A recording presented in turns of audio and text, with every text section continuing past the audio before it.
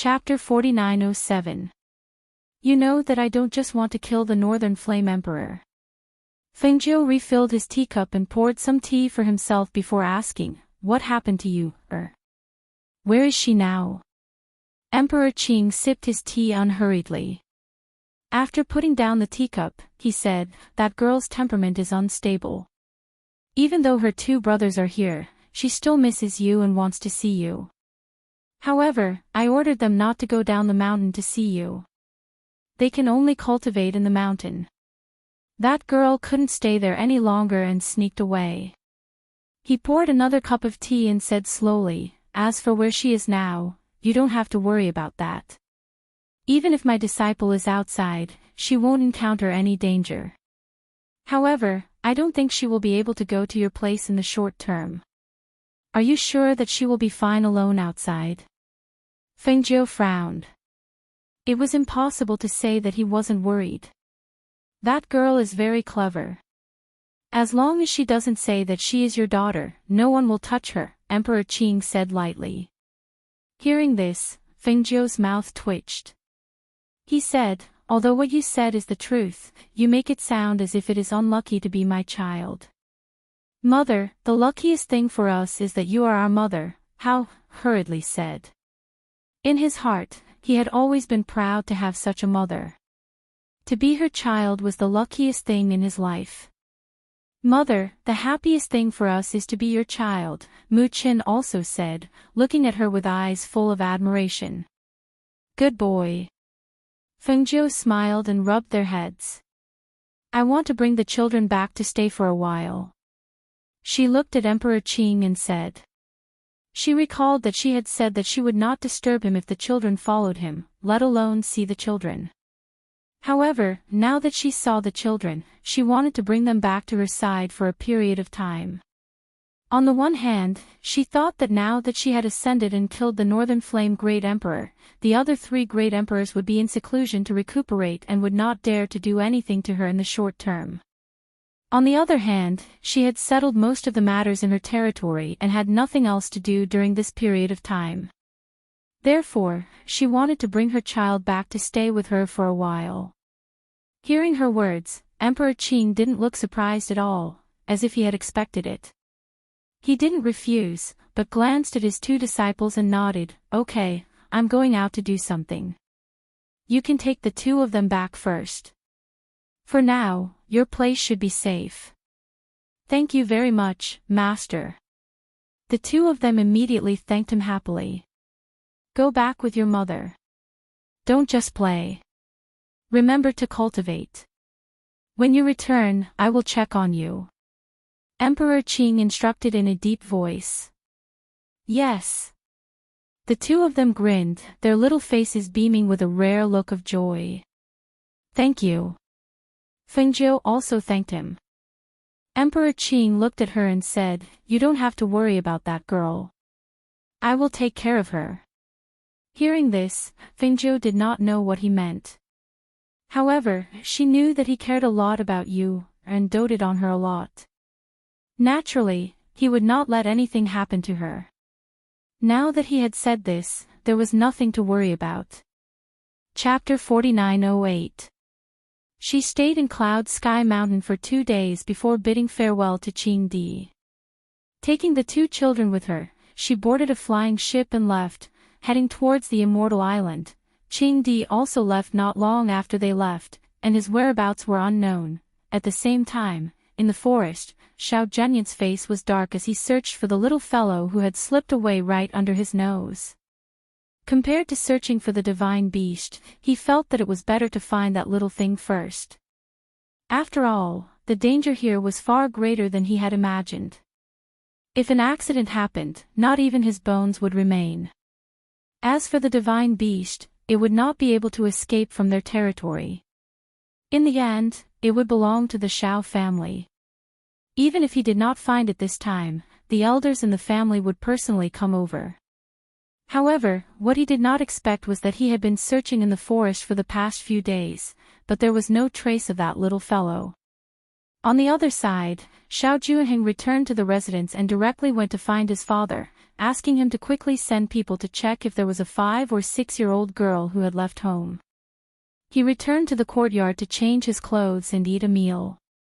Not long after, he saw a guard come forward to report, "Young master, family head invites you over."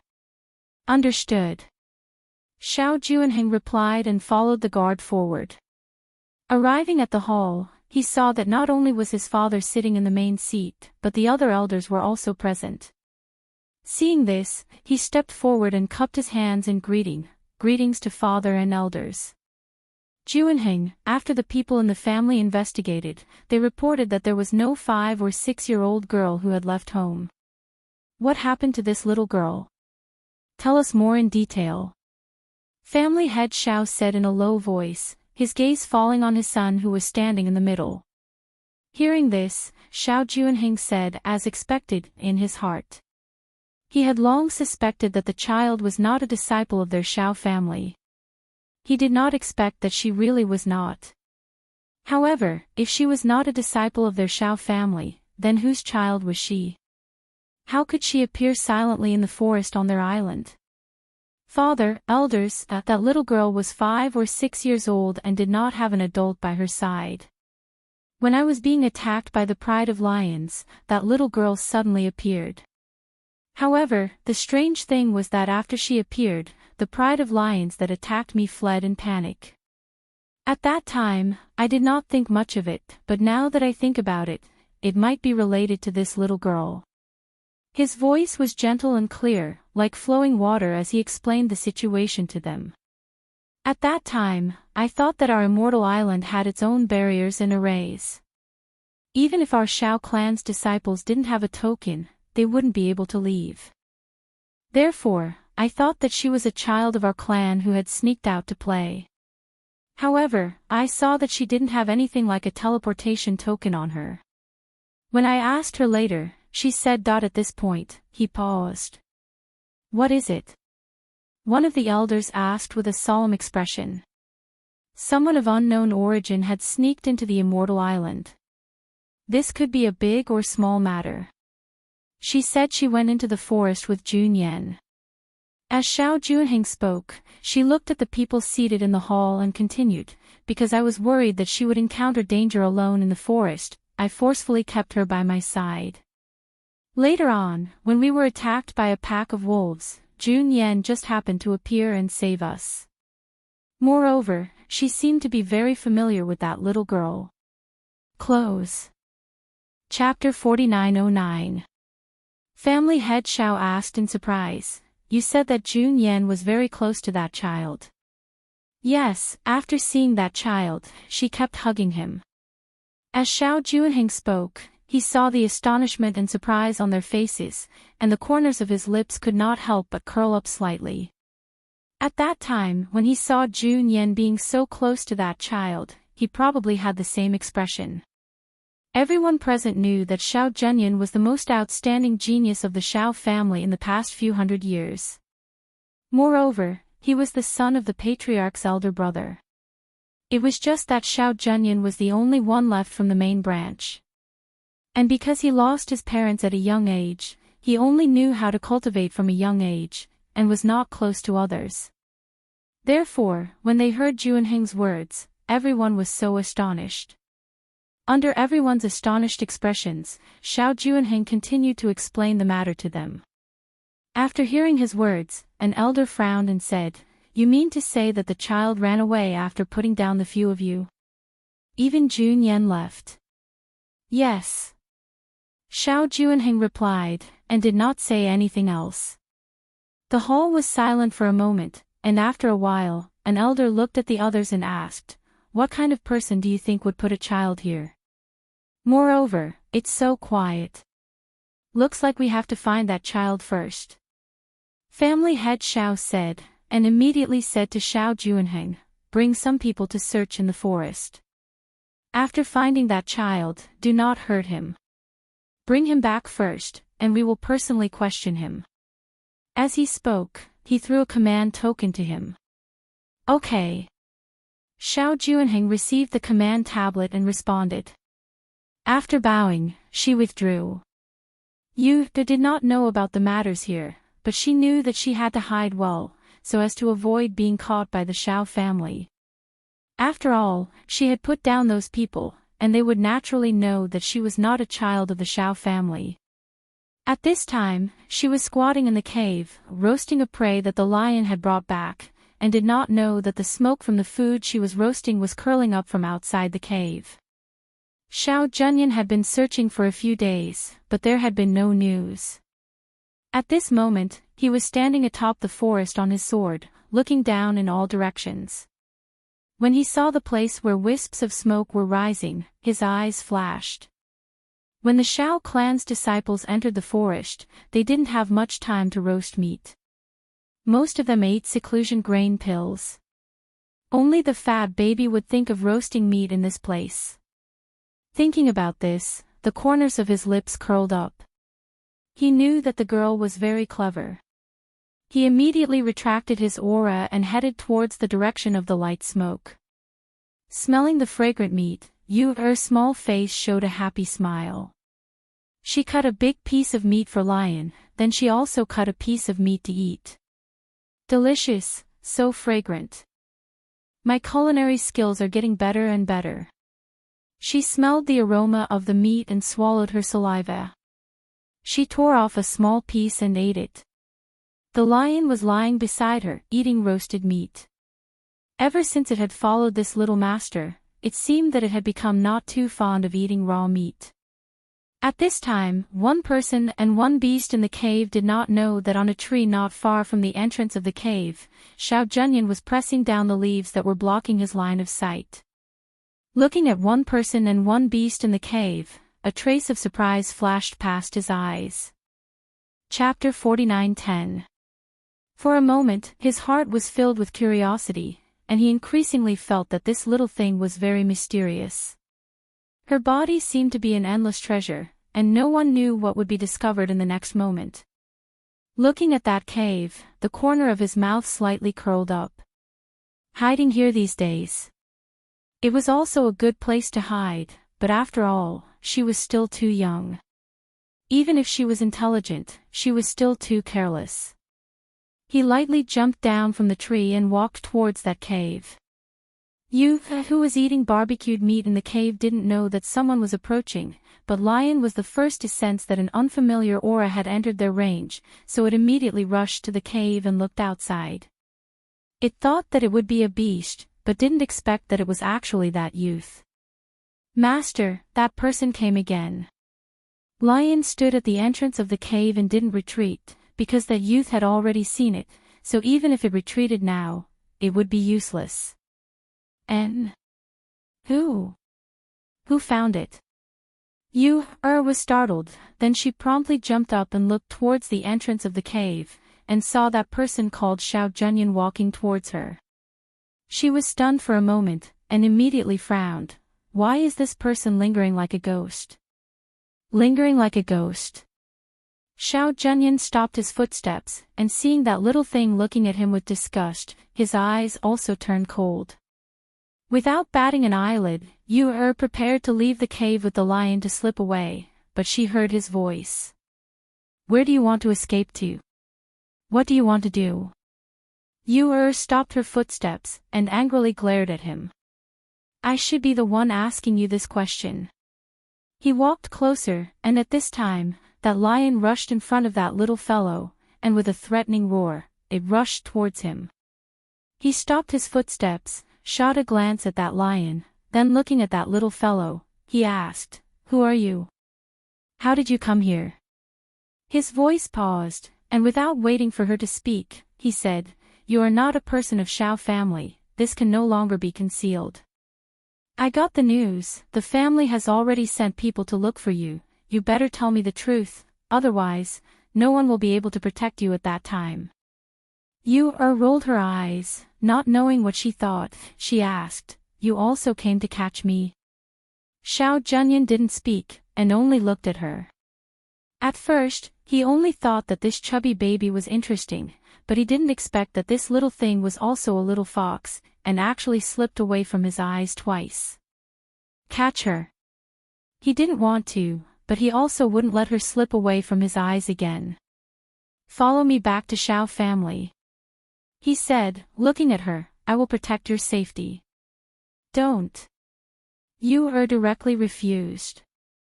She looked at him, then revealing a crafty smile, she patted the lion beside her. "As you can see, this god beast is mine. It listens to me." Hearing this, Xiao Zhenyan looked at her deeply and asked, So? He.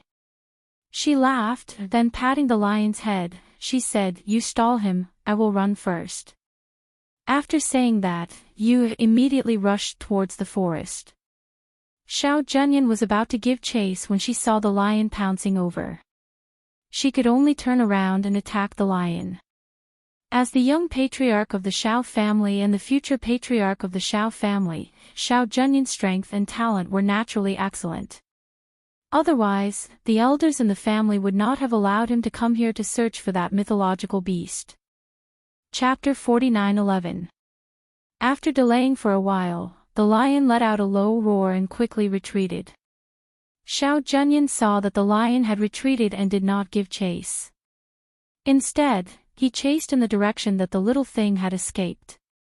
In terms of footwork and movement techniques, Yu was considered to be the best among the three siblings at such a young age. Her speed was also the fastest. With the lion delaying her, she quickly left. As long as she escaped first, it would be easy to meet up with the lion.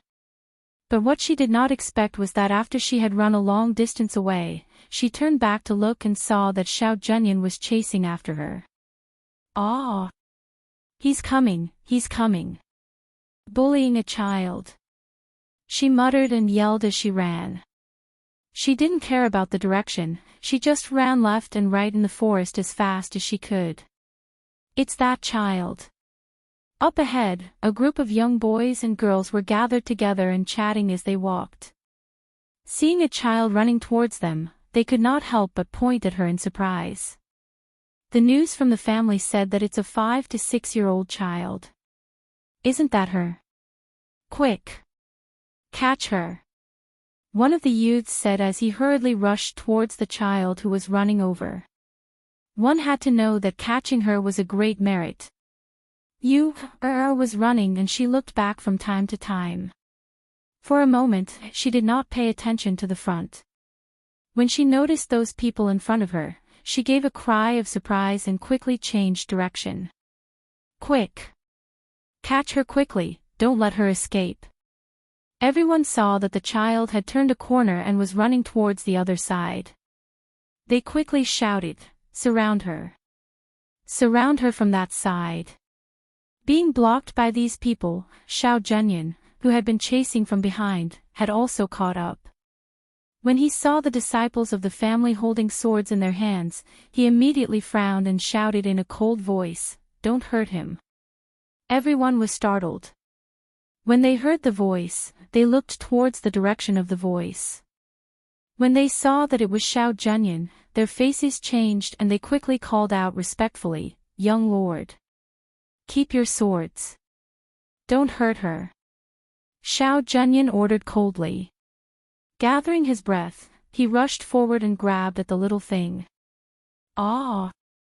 Yu cried out in alarm, but her body nimbly dodged. Xiao Zhenyan grabbed at thin air and was stunned for a moment, as if she had not expected this chubby baby to be so skilled. She leaned forward to grab at her again. At this moment, the roar of a lion sounded. Roar! Ah! Berserk beast! No! That was a divine beast. Look at the pattern on the lion's head. Hiss! How could this be? Did someone form a contract with this divine beast? One of the youths sucked in a breath of air as he suddenly realized that the young master was here. His eyes shone with surprise. Could it be that young master has contracted with this mythological beast? But just as they were talking, they saw the divine beast pounce forward. They thought that the divine beast was going to pounce on the child, but they didn't expect it to pounce on their young master. "Young master, be careful." Everyone was so frightened that their faces changed, and they instinctively cried out in alarm. They saw their young master's hand that was reaching out to grab the child paused, and he clenched his fist tightly. Above his fist, a stream of air that was visible to the naked eye condensed, and with an extremely fast speed, he swung his fist towards the head of the divine beast. Youth ran away, and when she turned around to look, she saw Xiao Zhenyan's fist heavily smashing onto the lion's head, and the lion's claws also fiercely scratched his arm, leaving behind several deep marks. Chapter 49:12. Audacious Evil Creature. You dare to injure my Xiao family's young master. A sharp and low roar came from the sky. Accompanying the roar was a powerful pressure and a golden net that glowed with golden light. Yu looked towards the direction of the voice when she heard it, only to see a group of cultivators wearing the same color black robes descending from the sky. Among them, 8 of them were holding a corner of the golden net in their hands as they covered the lion below, as if they wanted to capture it. Immediately, she exclaimed, "Lion, come back." As soon as the voice came out, with a thought, the lion turned into a ray of light and entered her space. At the same time, the golden net caught nothing, but those people turned around and surrounded the little person who was preparing to escape. "Where do you think you're going?" That group of people surrounded you, and one of them stretched out his hand to grab you, That extremely fast speed brought along a swift and fierce momentum, which made Xiao Zhenyan's heart sink. Ignoring the injury on her arm, she flashed forward, and when that person was about to attack her, she reached out her hand and hugged that small figure into her bosom. "Young master." Seeing that it was Xiao Zhenyan, that person wanted to retract his hand, but it was already too late. He could only forcefully change the direction of his attack, leaving behind a few deep handprints on the tree trunk. Yu was protected in her embrace, and as Xiao Zhenyan turned around, she saw the handprints left behind by that person who had attacked the tree trunk. The little person's eyes immediately turned cold and looked towards that person. She saw that it was a middle-aged man. His face looked ordinary, but there was a fierce aura around him. There were no wounds on his body, but his body was emitting a bloody smell. It could be imagined that the number of people and beasts that had died in his hands was innumerable. "Jun Yan, you're injured." Xiao Juanheng came down from behind, and seeing the hand that was hanging by the side of the body with blood dripping down, he frowned. "Treat the wound first." He walked forward, his gaze complicated as he looked at that little girl, but did not say anything more. Instead, he took out medicine and strips of cloth and prepared to treat the wound. Xiao Zhenyan lowered her head to look at the chubby baby in her arms who was sitting quietly without saying a word. She saw that the baby was staring at the person who had attacked her just now. The baby's gaze was so calm that it did not seem like a 5 or 6-year-old child's. "It's all right, don't worry. I'm here. I won't let you get hurt," he said, awkwardly comforting the little girl who he thought was frightened. Yu didn't speak, merely lowering her eyes. Her gaze just happened to come across his bleeding hand. She pursed her lips, but didn't move. After helping him deal with the injury on his arm, Xiao Juanheng looked towards him and said, "The clan already knows about her situation. We need to bring her back. My father and the clan elders will personally question her." "Let's go," Xiao Zhenyan said. From the moment he saw the black-robed guards arrive, he knew that this little thing could no longer be hidden. He took his men and followed them back, while the others also crushed their teleportation jade tablets and returned to their clans. Along the way, Yu didn't speak. Only when they arrived at the entrance of the immortal mansion did she speak. "Put me down, I will walk by myself."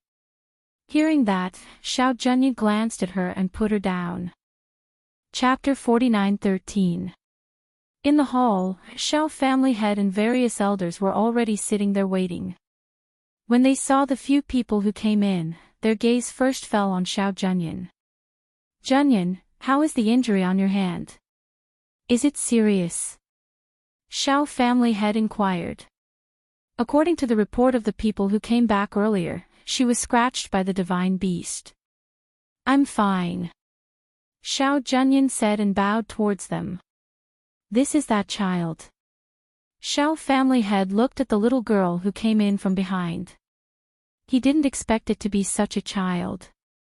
After all, he had heard that she had already contracted that divine beast. This was something that none of them had expected. Such a small child, how did she make a divine beast recognize her as its master? At this time, they carefully sized up this child. Seeing her walking in from behind with her short little legs, she was neither flustered nor scared. Facing their sizing up and probing, she didn't lower her head, nor did she shift her gaze away. Instead, she used her pair of beautiful eyes to stare at them, as if she was sizing them up. Everyone in the hall were people of the older generation. Naturally, with a glance, they could see that this wasn't the transformation of a few 100-years-old expert. After all, her bone age couldn't change into a human. This was just a 5 or 6-year-old child. Such a small child, with such bearing and courage, naturally couldn't be the child of an ordinary family. Therefore, after everyone looked at each other, Xiao family head opened his mouth and asked, "What is your name? How did you come here?" "My name is Yunqi. Cloud Sky Mountains Qingdi is my master." Standing in the hall, a small person, softly and clearly reported her master's name. Because she was very clear that she had to say it even if she didn't want to. Moreover, her master had said that if she caused any trouble outside, as long as she reported his name, others wouldn't dare to make things difficult for her. Perhaps because they didn't expect that this child would actually say her name and master upon asking, everyone in the hall was startled for a moment, and then somewhat stunned. Especially Xiao Junyan and Xiao Juanheng. It wasn't that they didn't ask her name and origin, but she didn't say it all along. One of the elders somewhat suspiciously asked, "You said Cloud Sky Mountains Qingdi is your master?" "Yes." Yu nodded. "How dare you?" The clan elder's expression darkened. He slammed his palm on the table and stood up. His aura was also released from his body because of his angry roar and rushed towards the little person. Xiao Junyan frowned and took a step forward to block the oppressive aura emanating from the elder's body. Seeing this, the clan elder's brows furrowed together as he looked deeply at Xiao Junyan. He did not say anything, but merely retracted his oppressive aura. Being blocked in front of her, Yu glared at him, then poking the waist of the person in front of her, she said softly, "You are blocking my line of sight." She wasn't afraid of that old man's pressure. If he dared to bully her, she would definitely complain to her master. She wanted her master to help prevent her anger. Xiao Junyan heard the words behind him and the corner of his mouth twitched. He stepped aside slightly and glanced at her at the same time. Seeing that she was as fearless as a little beast, he sighed softly in his heart. She was still young after all and did not know any better. She did not know that the clan elder's oppressive aura could cause the blood and qi in her body to churn and cause her internal injuries. Chapter 49:14. That clan elder stood with his hands clasped behind his back. Sweeping a glance at the fearless little girl, he slowly walked forward. His aged voice carried a bit of fierceness as he shouted, "At such a young age, your mouth is full of lies." As everyone knows, Emperor Qing did indeed have a disciple called Yunqi. However, that disciple of his was not as old as you. Moreover, that disciple of his died a few years ago because he failed to pass the tribulation. Where did a disciple like you come from? He walked in front of you, and looked down at her from above. His dignified presence and imposing manner made Xiao Juanheng's heart tremble. However, Yu raised her head and looked directly at that clan elder without any fear in her eyes. Seeing this, everyone was even more surprised and even more curious about her origin and birth.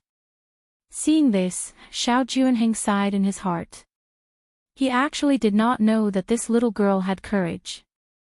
Seeing this, Xiao Junyan's lips curled up slightly, her eyes filled with admiration and fondness. This chubby little girl was indeed very interesting. That clan elder stared at the little girl in front of him and shouted in a deep voice, "Who exactly are you?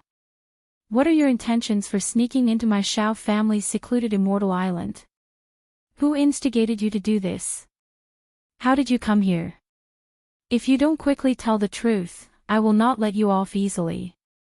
Yu's pair of eyes stared at him and said in a soft voice, "You said that this is a secluded place. Then how do you know that my master did not accept me as his disciple? What evidence do you have to prove that I am lying?" Then, she paused and stared at him with her clear eyes. With a serious face, she said, "I'm not a 3-year-old child anymore. It's useless to threaten me. I'm not afraid of you.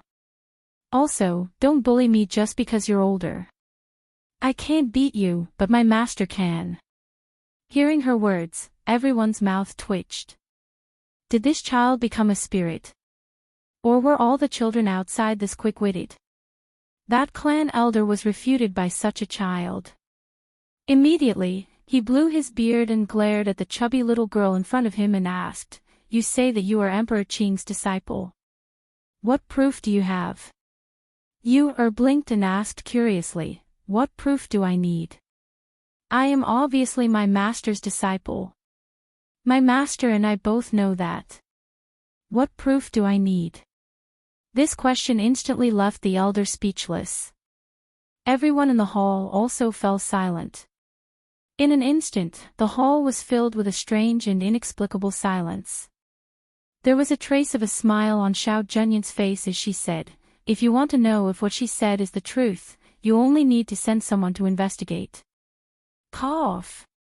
Xiao clan master coughed, then immediately whispered a few words to a person behind him, then looking towards Yu, he asked, "Did you contract that god beast?" "Yes." Yu nodded and said. In any case, they had seen it, so they couldn't deny it even if they wanted to. "That's a divine beast. How did you make it willing to contract with you?" Patriarch Xiao asked again, unable to hide his curiosity. "It was originally not a god beast, it was originally only a peak-level holy beast, and was still a bit lacking from god beast." Yu gestured with her little hand. Hearing this, the expressions of everyone in the hall changed slightly. They naturally knew that the divine beast had just evolved, but why was she able to form a contract with it as soon as it evolved? Chapter 49:15. Saying that, Yu's little face showed a helpless expression. "Later, it insisted on following me, and I had no choice but to accept it." Hearing her words, everyone's face darkened.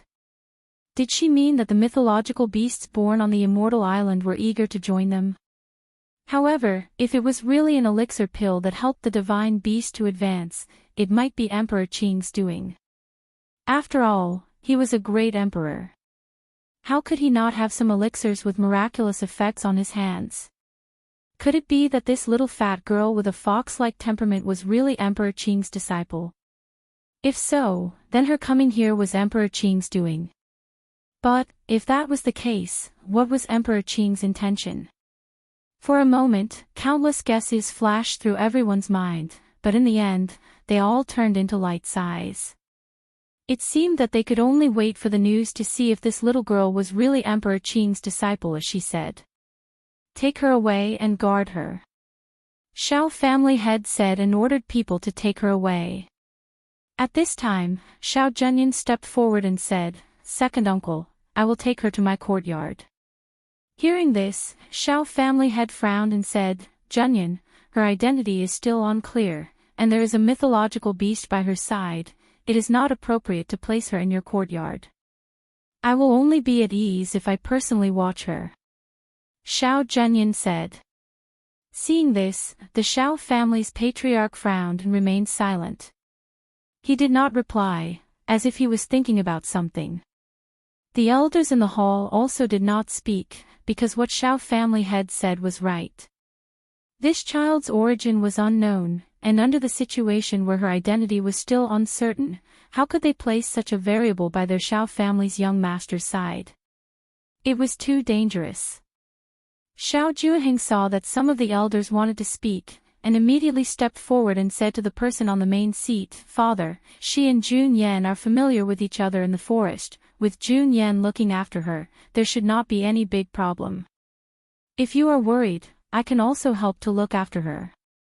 You heard them talking, and her eyes moved around, staring at each of their expressions, and secretly curled her lips. Look at her. What? Did they think she was a dangerous person? She had already reported her master's name, and these people were still guarding against her like they were guarding against a thief. Really boring. I'll take her back first. Xiao Junyan also didn't wait for them to say anything. Directly turning around, she stretched out her hand and scooped her up, then walked out with large strides. Looking at this scene, everyone in the hall frowned even more. One of the elders asked, "Why is Jun Yan so concerned about this child? Right now, her identity is still unclear. If she were to do anything to harm Jun Yan, the way I see it, she wouldn't dare. After all, this is our Shao clan's territory. If she really hurts someone, she won't be able to leave alive." Another elder said. One of the elders said, "Patriarch, if this child is really Emperor Qing's disciple, shouldn't we inform the Patriarch?" Patriarch Shao nodded and said, "Yes, once I have confirmed the news, I will personally inform the ancestor. After all, this is related to Emperor Qing, so we can't be careless. Moreover, if he is really Emperor Qing's disciple, why did Emperor Qing send him here? I guess I'll have to ask the Patriarch." Everyone saw that he already had an idea, so they didn't say anything more. They stood up, cupped their hands, and left one after another. Chapter 49:16. On the other side, Xiao Junyan brought back to her courtyard and settled her down. After that, she instructed the kitchen to prepare some food. Originally, there were no servant girls in the courtyard, but because of her arrival, she sent people to the front courtyard to get 2 servant girls to serve her. Under the guidance of the 2 servant girls, entered a side room to take a bath. After changing her clothes, she came out and saw Xiao Junyan, who had already changed his clothes, sitting at the table in the courtyard. And at this time, there were more than 10 exquisite dishes emitting fragrance on the table. Those exquisite dishes were only a small dish, about 2 people's share. More than 10 small plates had different dishes on them, which made people's appetite greatly aroused. "This is made by your kitchen." Yu sat at the table and looked at the exquisite dishes on the table. Her eyes were shining. "And, try it." He picked up some dishes for her and put them in her bowl. Seeing this, Yu didn't stand on ceremony and directly picked up the chopsticks to eat. Xiao Junyan also didn't speak and just watched her eat. Occasionally, he would pick up some dishes for her. After she was full, she put down her chopsticks and burped. Only then did he let people remove the dishes on the table. "How long have you been following Emperor Qing?" Xiao Junyan poured a cup of water for her and asked casually. "Very long," Yu said with a smile. "Is there food in the mountains?" "There is. There are wild game in the mountains, and Master will let us go down the mountain to buy." Yu got down from the chair and walked around the courtyard looking all around. Emperor Qing has other disciples besides you?" Xiao Junyan's eyes flashed and asked again. "Yes, I also have 2 senior brothers." She wasn't afraid to let him know about this. After all, as long as they investigated, they would naturally find out.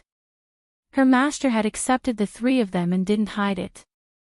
Many people knew about them. On this side, Xiao Junyan intentionally or unintentionally inquired about her information. On the other side, the people of Xiao family also spread the news and came to know that a little girl had entered their place. Moreover, that little girl had stayed alone in the forest for many days and was only discovered recently. For a time, the people below were discussing, but more of them were curious.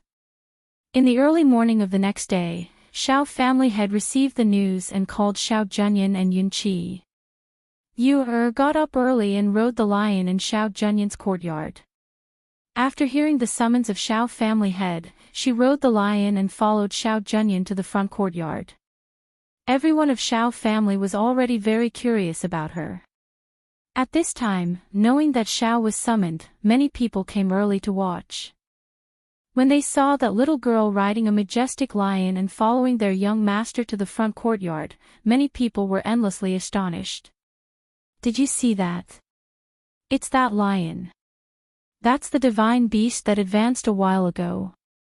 I didn't expect it to become her mount. She's so young, how did she tame that mythological beast? I heard that she is Emperor Qing's disciple, I don't know whether it is true or not. Emperor? Is he an expert on the same level as our family's great emperor? Another young man asked. Chapter 49:17. Hearing this, everyone couldn't help but become silent. That was just a 5 or 6-year-old child. If she really lied, would the patriarch and the rest really kill her? Under everyone's gaze, Yu rode the lion and followed Xiao Junyin to the front hall. When she arrived at the front hall, she jumped down from the lion's back and walked in. The people sitting in the hall looked at the little girl riding the lion, and their eyes flashed. Their gaze swept past her and landed on the lion beside her. This was the mythological beast. They didn't expect that the mythological beast that was born with great difficulty was actually contracted by a little girl from outside. Family head, clan elders. Xiao Junyin bowed towards them. Jun Yan, sit. Patriarch Xiao gestured. Xiao Junyin paused for a moment, then walked to the seat and sat down. At the same time, she looked at Yun Qi, who was standing in the middle of the hall. From yesterday's intentional or unintentional inquiry, she could conclude that she was indeed the disciple of Emperor Qing. Therefore, at this time, she was not worried about her. Yun Qi, you said you are the disciple of Emperor Qing. Then let me ask you, how many disciples does Emperor Qing have? Patriarch Xiao asked, his dignified gaze landed on the little girl standing there. My master has 3 disciples now, and there are 2 senior brothers in front of me. Yu said, her big eyes looking at Patriarch Xiao without fear. Hearing this, Patriarch Xiao and an elder sitting on the left side looked at each other and asked, it is said outside that Emperor Qing obtained an ancient god-striking whip from immortal Ling Mu. This whip is also called 9-section red flame phoenix scale whip, and he gave this whip to his little disciple as a weapon. Since you are the disciple of Emperor Qing, you should know about this whip. Hearing this, Yu turned her hand and took out that whip from her space. Smiling, she said, you are talking about this. It is indeed a gift from my master. Could it be that this is the so-called proof that you are talking about? Looking at the whip, many of the elders stood up and stared at the whip. They had also heard about this whip, but this whip was in immortal Ling Mu's mirror flower water moon spiritual land, and for many years, no one was able to take it out. They didn't expect that. Can I have a look? Seeing that whip, Patriarch Xiao was sure that she was by his side. He had only heard of the power of this whip but had never seen it before. Sure. Yu answered. She wasn't afraid that her whip would be taken away by others, rather walked forward and handed over the whip to her. When she first obtained this whip, she was worried that someone would snatch it away from her. However, her master told her not to worry. Other than her, no one else would dare to use this whip or snatch it away from her. At that time, she didn't know. Only after a period of time did she find out. It turned out that her master had spread the word that the owner of this whip could only be his disciple. If anyone dared to snatch it, or use it, their entire family would be exterminated. It was also because of these words that those people looked at her whip. Even though they were envious, they only dared to look and did not dare to take her whip away. Otherwise, the person who snatched the whip would definitely have the ability to withstand her master's fury and killing intent. Otherwise, who would dare to rush to their deaths? No matter how good a treasure was, if it couldn't be used, then it was no different from trash. Chapter 49:18. The clan elders also came forward to take a look. In their eyes, for them to call it a treasure, it was naturally an extraordinary treasure. But looking at this whip, they didn't dare to have any random thoughts. Now that they saw this whip, they naturally confirmed the identity of this little girl as Emperor Qing's disciple, Yunqi.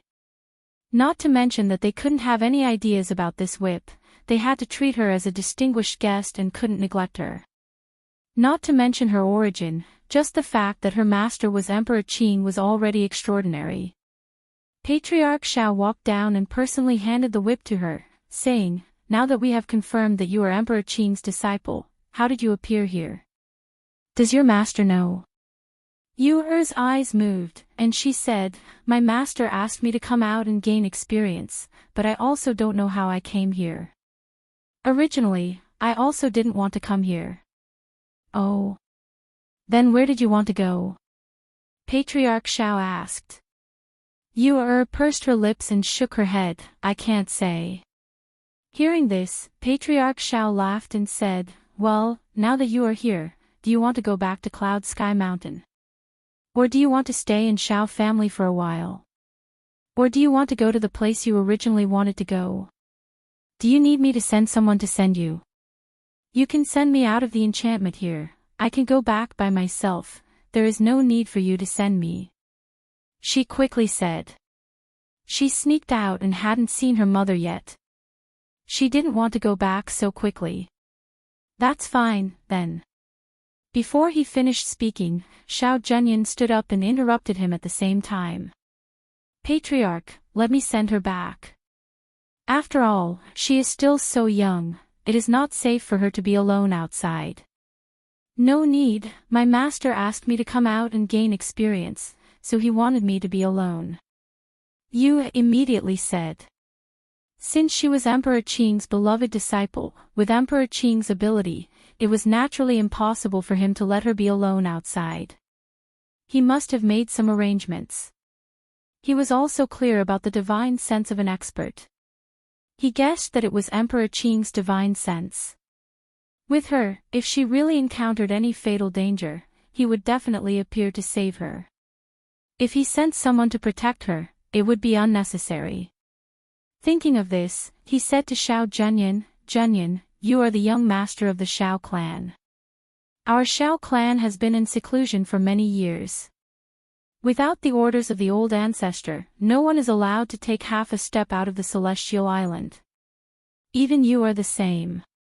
He glanced at Xiao Zhenyan, who was pursing her lips, and said, "Yunqi is the beloved disciple of the Azure Emperor. The Azure Emperor will naturally give her a treasure to protect her.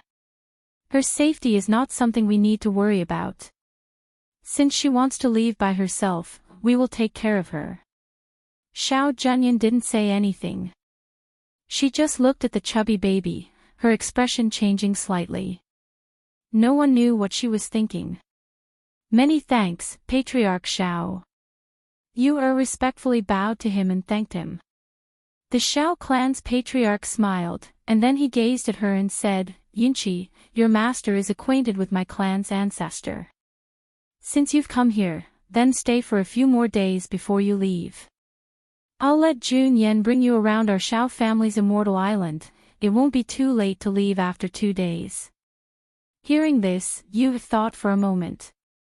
Just as she was about to speak, she heard Xiao Zhenyan immediately agree.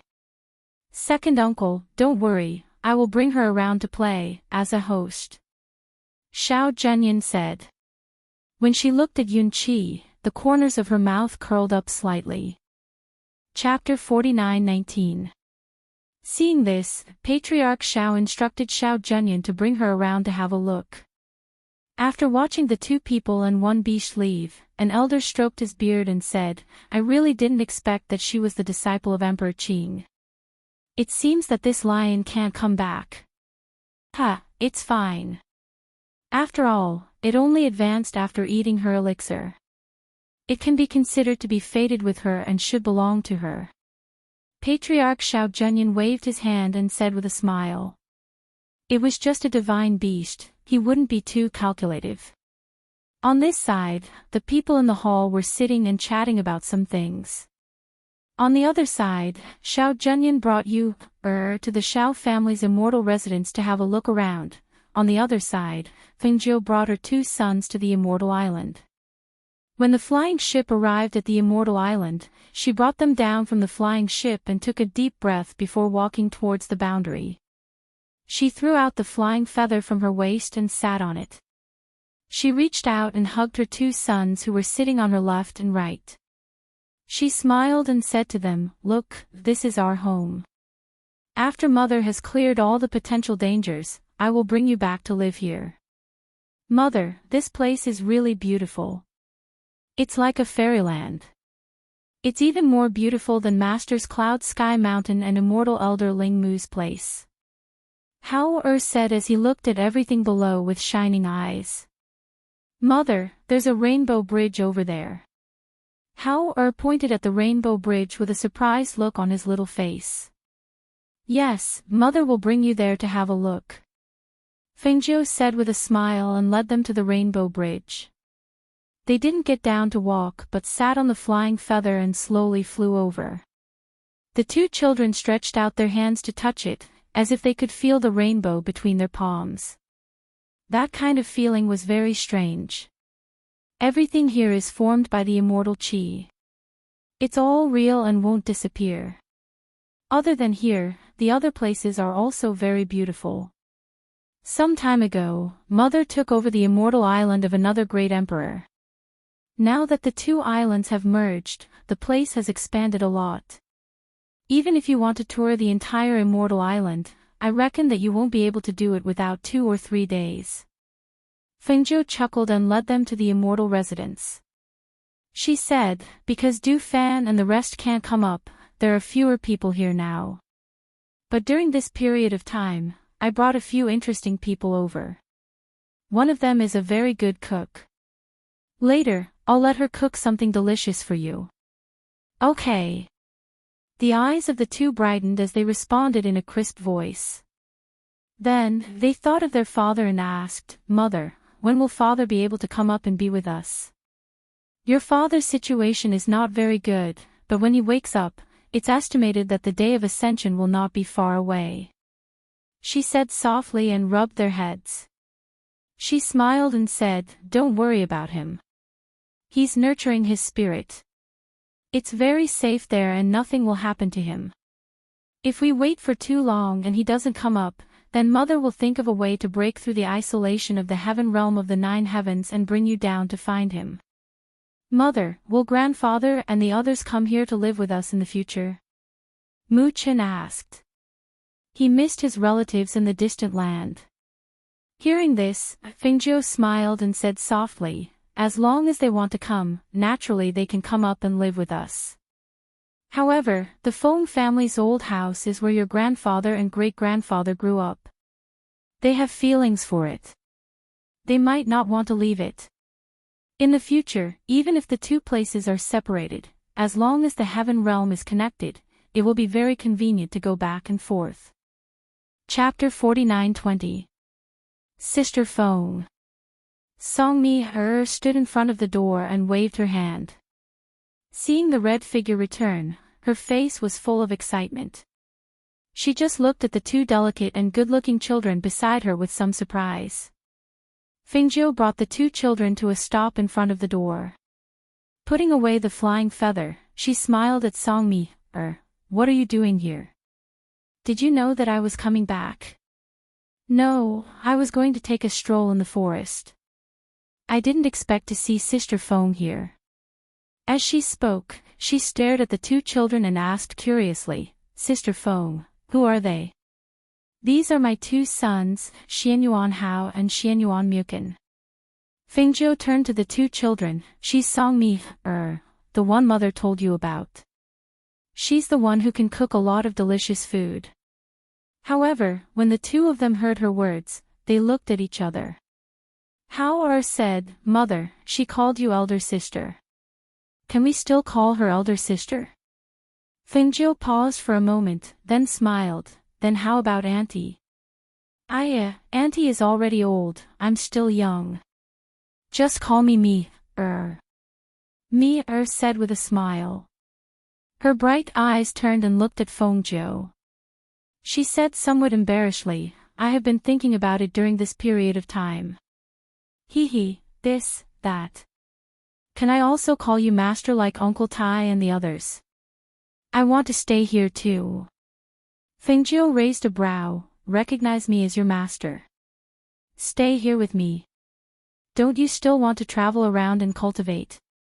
I think this place is pretty good, it's big and there are a lot of treasures in the forest, so. She looked at her with a fawning smile. More importantly, she was the Empress of the Phoenix.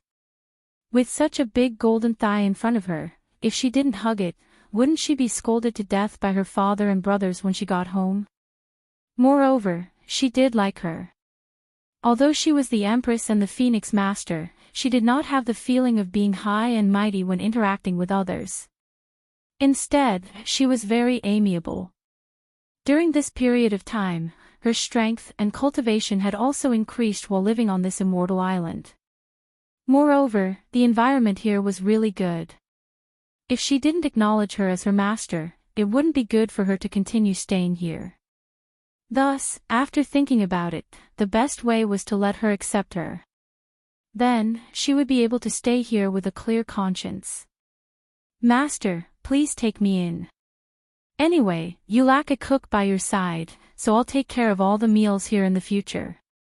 She stepped forward and held her hand coquettishly. Seeing this, Fengjiu smiled and said, all right, let's go in first. Later, make some food for the two children and let them nourish their bodies. All right. She smiled and looked at Hao and Muqin. Let's go in. I've recently developed a new dish. I'll cook it for you later. Once inside, Songmi went to cook while Fengjiu brought the two children to the courtyard she had reserved for them. Tai Song and Yunyang came to pay their respects when they heard that Fengjiu had returned. They were also surprised that Fengjiu had two children of this age. After all, there was no one else on this immortal island other than the few of them. They also didn't hear anything about her other relatives. Suddenly, she brought two children back and said that they were her children. The two were naturally surprised. Chapter 49-21. After paying their respects, the two of them retreated. After they left, Hao asked, Mother, why did you want to bring them here? Even though there was no one by their mother's side to order around now, when Du Fan and the rest came up in the future, there would be no need to worry about not having people by her side. Therefore, he was puzzled as to why she would accept those two people who did not seem to have any special characteristics. Tai Song is a very outstanding weapon refiner. Keeping him is naturally to allow him to refine some weapons and the like in the future.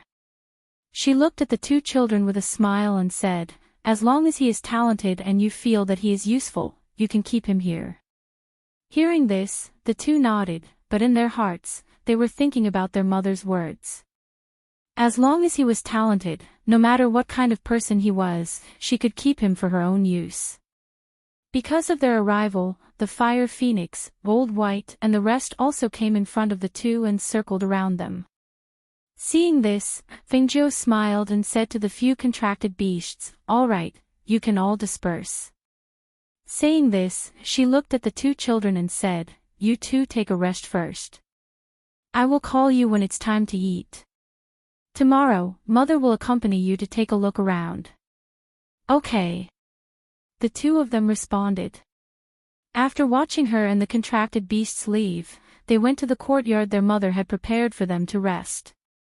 The difference between this place and their master's Cloud Sky Mountain was that there were transformed immortal servants here. Some of these immortal servants were transformed from red-crowned cranes, some were transformed from flowers and spirit herbs, so they could be ordered around. Moreover, this place was also big. The two of them each had an exquisite and secluded courtyard, and there was also a distance between them. For them who often stayed in the cave, naturally, they preferred this kind of secluded and elegant courtyard.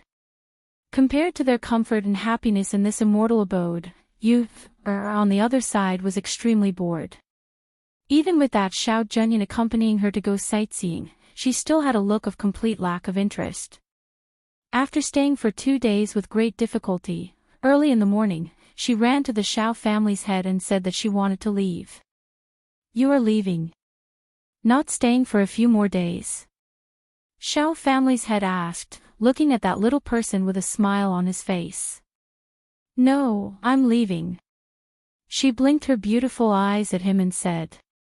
Seeing this, he nodded and said, "Fine, then I'll send you off. Come with me." As he spoke, he walked out and gestured for her to follow. Yu Er's face showed a smile, and promptly followed. He brought her to the exit of the immortal island. Looking at the sky outside, he smiled and said, "In the future, if you have the chance, come and walk around with your master. Our Xiao clan welcomes you at any time." "All right. Many thanks to Xiao family head." She bowed to him like a little adult and said. Patriarch Xiao nodded his head and turned around to take a look before asking, "When you came to look for me, Jun Yan didn't know?" "I didn't tell him. I came out early." Because they lived in the same courtyard, but there was also a front courtyard and a back courtyard, he naturally didn't know that she had woken up early. Hearing this, Patriarch Xiao didn't say anything else. He only said, "All right. Take care of yourself along the way." Finished speaking, he flicked his sleeve, and an opening appeared in the spirit formation in front of him. The next instant, Yu Er was sent out. Chapter 49-22. As soon as he turned around, he saw Xiao Junyan rushing over from afar. Seeing this, he paused and waited for him to arrive before saying, "You're late." When Xiao Junyan heard this, his eyes flashed and he looked towards the clouds, but her figure was already gone. In fact, he knew that she had been discharged from the hospital early, but he had rushed to see his grandfather early to ask for permission to leave the island. But in the end, he was not allowed. "After so many years, this is the first time I've seen you care so much about someone." Patriarch Xiao looked at him with his hands behind his back and said, "Work hard on your cultivation. In the near future, you will also have to leave the island to travel. She is the disciple of Emperor Qing. At that time, if you want to see her, you can go to Cloud Sky Mountain to pay a visit." Perhaps it was because he heard his words, but his originally somewhat disappointed expression was swept away, and what replaced it was a look of anticipation. He cupped his hands and thanked him. "Many thanks, second uncle. I understand." After saying that, he didn't stay any longer and turned to leave. Seeing that he had recovered his usual vigor, Patriarch Xiao sighed softly and followed him back. On the other side, Yu Fei, who had been sent away, directly landed on a stage in the city below. There were 2 cultivators fighting on the stage, but who would have thought that just after the victor was decided, the winner was caught off guard by Yu, who had fallen from the sky and knocked him unconscious on the stage. This scene happened so quickly that the cultivators below the stage did not even have time to react. They just looked at the little girl who suddenly fell from the sky in astonishment. The surroundings became silent because of this sudden scene. After a strange silence, the crowd below the stage went into an uproar and everyone started to discuss. Where did this child come from? Why did she fall from the sky? What's going on? Why did she knock someone unconscious? This is too outrageous. Who would throw such a young child down from the sky? It doesn't seem like she was thrown. Just now, there seemed to be a stream of air supporting her down. Otherwise, that person who was knocked unconscious would not be standing there in a daze without any reaction. Yes, I also saw it just now. When this child fell, there was a very strong aura protecting her. After she fell on that cultivator, that aura disappeared. The people below the stage were discussing, and Yu, who was sitting on the back of that person, was also startled. She lowered her head and looked at the person she was sitting on. She hurriedly stood up, patted her little butt, and tidied up her little dress while she was at it.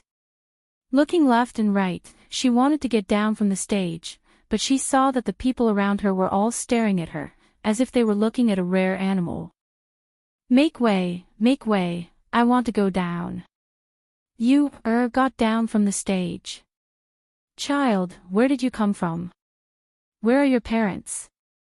Don't tell me you want to leave just like that after knocking him out. A cultivator asked. At the same time, he blocked her path, not allowing her to leave. You, raised her head and looked towards that person, and seeing his pair of small eyes looking at her, she asked, You won't let me go? Of course you can't go. You knocked someone unconscious, so how can you just walk away? Naturally, you have to compensate something. That cultivator said with a light smile.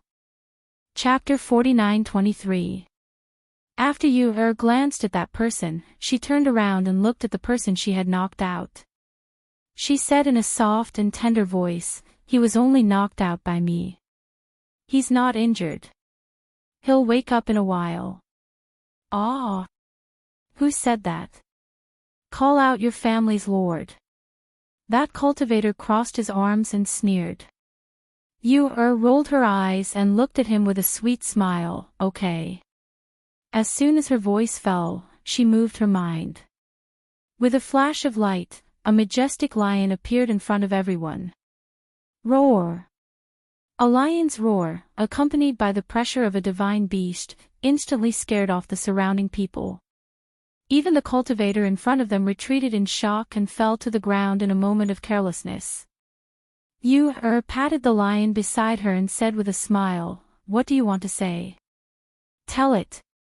Everyone looked at the lion that had suddenly appeared, and they were all dumbfounded with their eyes wide open. If they didn't see it with their own eyes, who would believe that such a little girl actually had such a powerful contract beast? This is a divine beast. A cultivator said and involuntarily stepped back. For a little girl to have such a powerful contract beast, there were only two possibilities. One was that she was born in an extremely prominent family. The other was that she had an extremely powerful backer behind her. No matter which one it was, they didn't dare to provoke them. The surrounding people automatically opened up a path for her. Even the cultivator who had previously blocked her path hurriedly got up and retreated to the side. His gaze was somewhat fiery and somewhat fearful as he looked at the lion. A divine beast. How could such a powerful contract beast be contracted by such a child? Seeing that the crowd opened up a path, the lion lay down and allowed its little master to climb on its back. You summoned the lion. Naturally, she didn't want to hide it in the space. After all, she was a child outside. In order to avoid unnecessary trouble, it was best to have something to shock them so that those with evil intentions wouldn't dare to have any ideas about her. Therefore, after the lion lay down, she turned over and rode on its back. Only then did she walk through the path that the crowd had opened up. Riding the lion, she walked on the streets of the city, looking for an inn to stay at. A divine beast came out of the city. Moreover, it was a little girl who was wandering around on the streets. Once the news spread, the city lord of the city personally came out to see what was going on. City lord, it's that little girl. A guard pointed at the entrance of the inn in front of them and said, She's looking for an inn to stay at. The city lord looked at the scene in front of him with his hands behind his back. Because the lion was too conspicuous, everywhere it went, there would be a circle of people watching it. Yes, she should be a foreigner. Moreover, she doesn't have any relatives in this city, so she can only find an inn to stay. However, because that lion is too scary, those inns don't dare to receive her. The guard said in a low voice. Seeing this, the city master paused for a moment before walking forward. When the surrounding people saw that the city lord had arrived, they automatically opened up a path for him. You, who was riding the lion, saw that the crowd had retreated. She turned her head and saw a middle-aged man walking towards her. She didn't say anything and only looked at him. Chapter 49:24.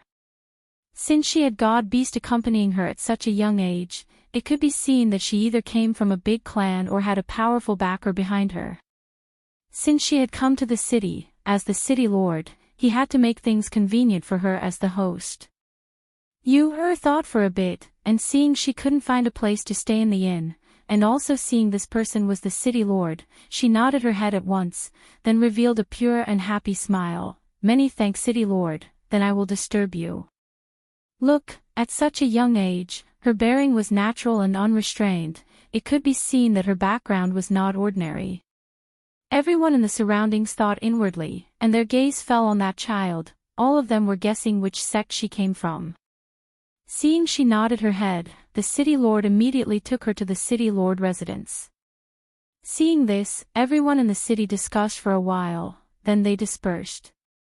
Not to mention the city lord receiving her. Even if the city lord didn't appear personally, that little girl had God Beast guarding her side, so ordinary people also didn't dare to rashly make a move against her.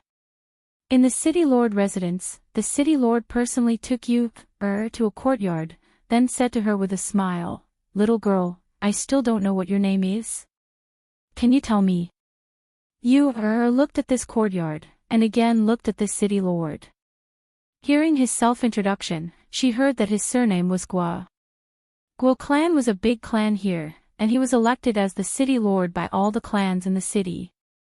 After roughly understanding some matters, hearing his question, she thought for a bit, then said, "My name is Yunqi." "Oh.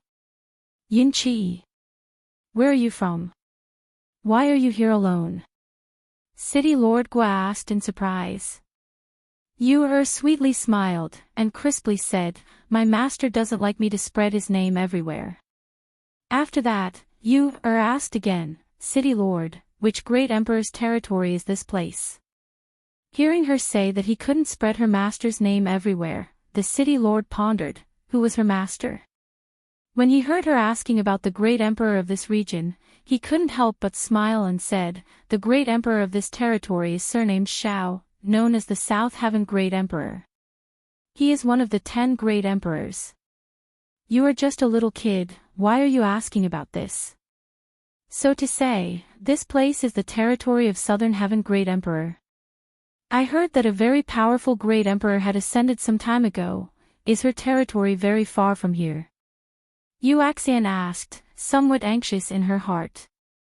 When this Shao clan's master sent her away, why did he send her to their Shao clan's territory? Why didn't he send her a bit further? "You are talking about Empress Phoenix Master. She is the first empress in thousands of years.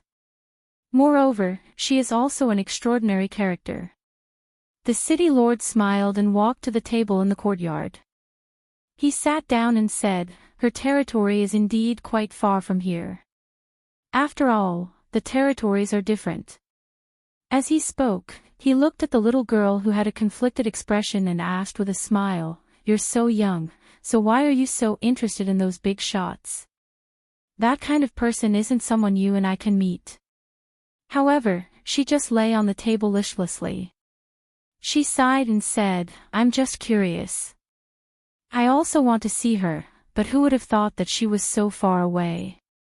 Finished speaking, she again sat up and asked, "If we go from here, how long will it take to fly?" Chapter 49-25.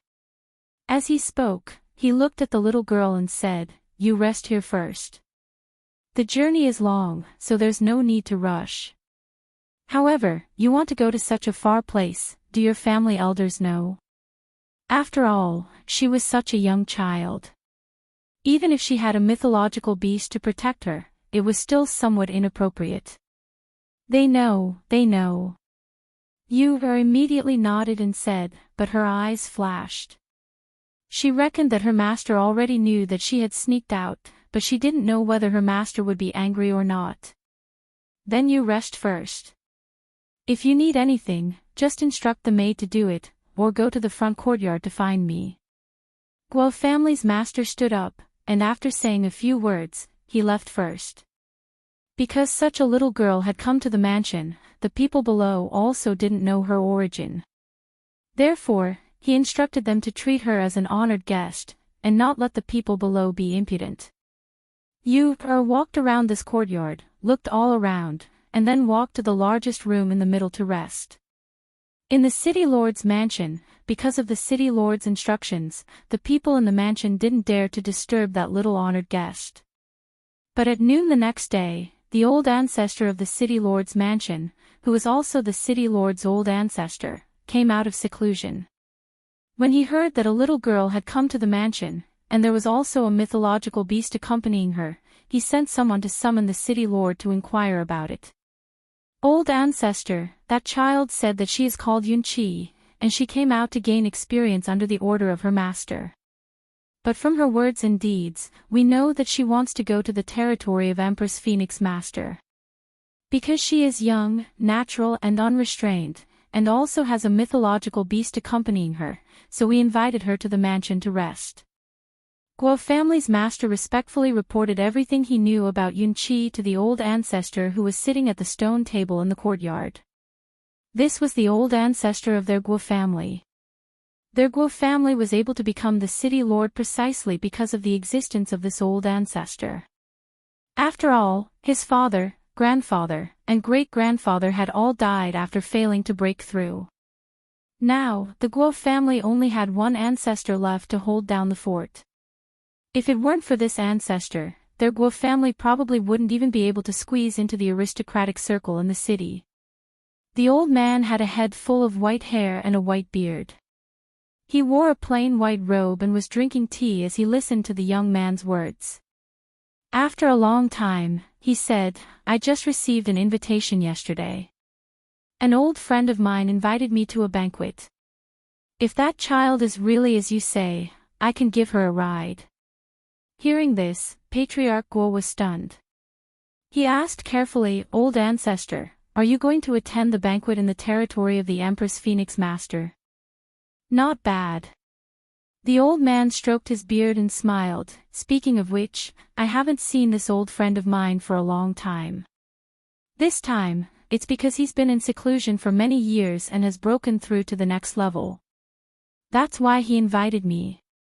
Knowing that his ancestor had such a powerful old friend, Patriarch Guo was overjoyed. He immediately said, "Shall I summon Cloud 7 for you to meet?" The old man paused for a moment. He flicked his sleeves and stood up, saying, "No need. Bring me there. I'll go take a look first."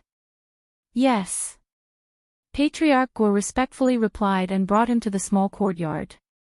Although Yu had left Cloud Sky Mountain, she didn't stop cultivating when the conditions permitted. For example, at this moment, she was practicing her fist technique over and over again in the courtyard. Chapter 49-26. Seeing his family's old ancestor was calmly observing the little girl in the courtyard, Guo family's master also didn't speak, only quietly waited at one side. The old man looked for a while, but he was also unable to see which family this little girl's style belonged to. Then his gaze fell on that lion that was lying at the corner. It was indeed a mythological beast, but this aura should be a mythological beast that had just advanced. Merely, no matter when it had advanced, such a small child being able to contract with this mythological beast was indeed not simple. The lion was lying at the corner of the courtyard looking at the two people at the entrance of the courtyard. After all, this was their place, so it didn't roar at them, only reminding its master. After practicing for a while, Yu stopped, then looking towards the entrance of the courtyard, she softly called out, "City Lord." Cough.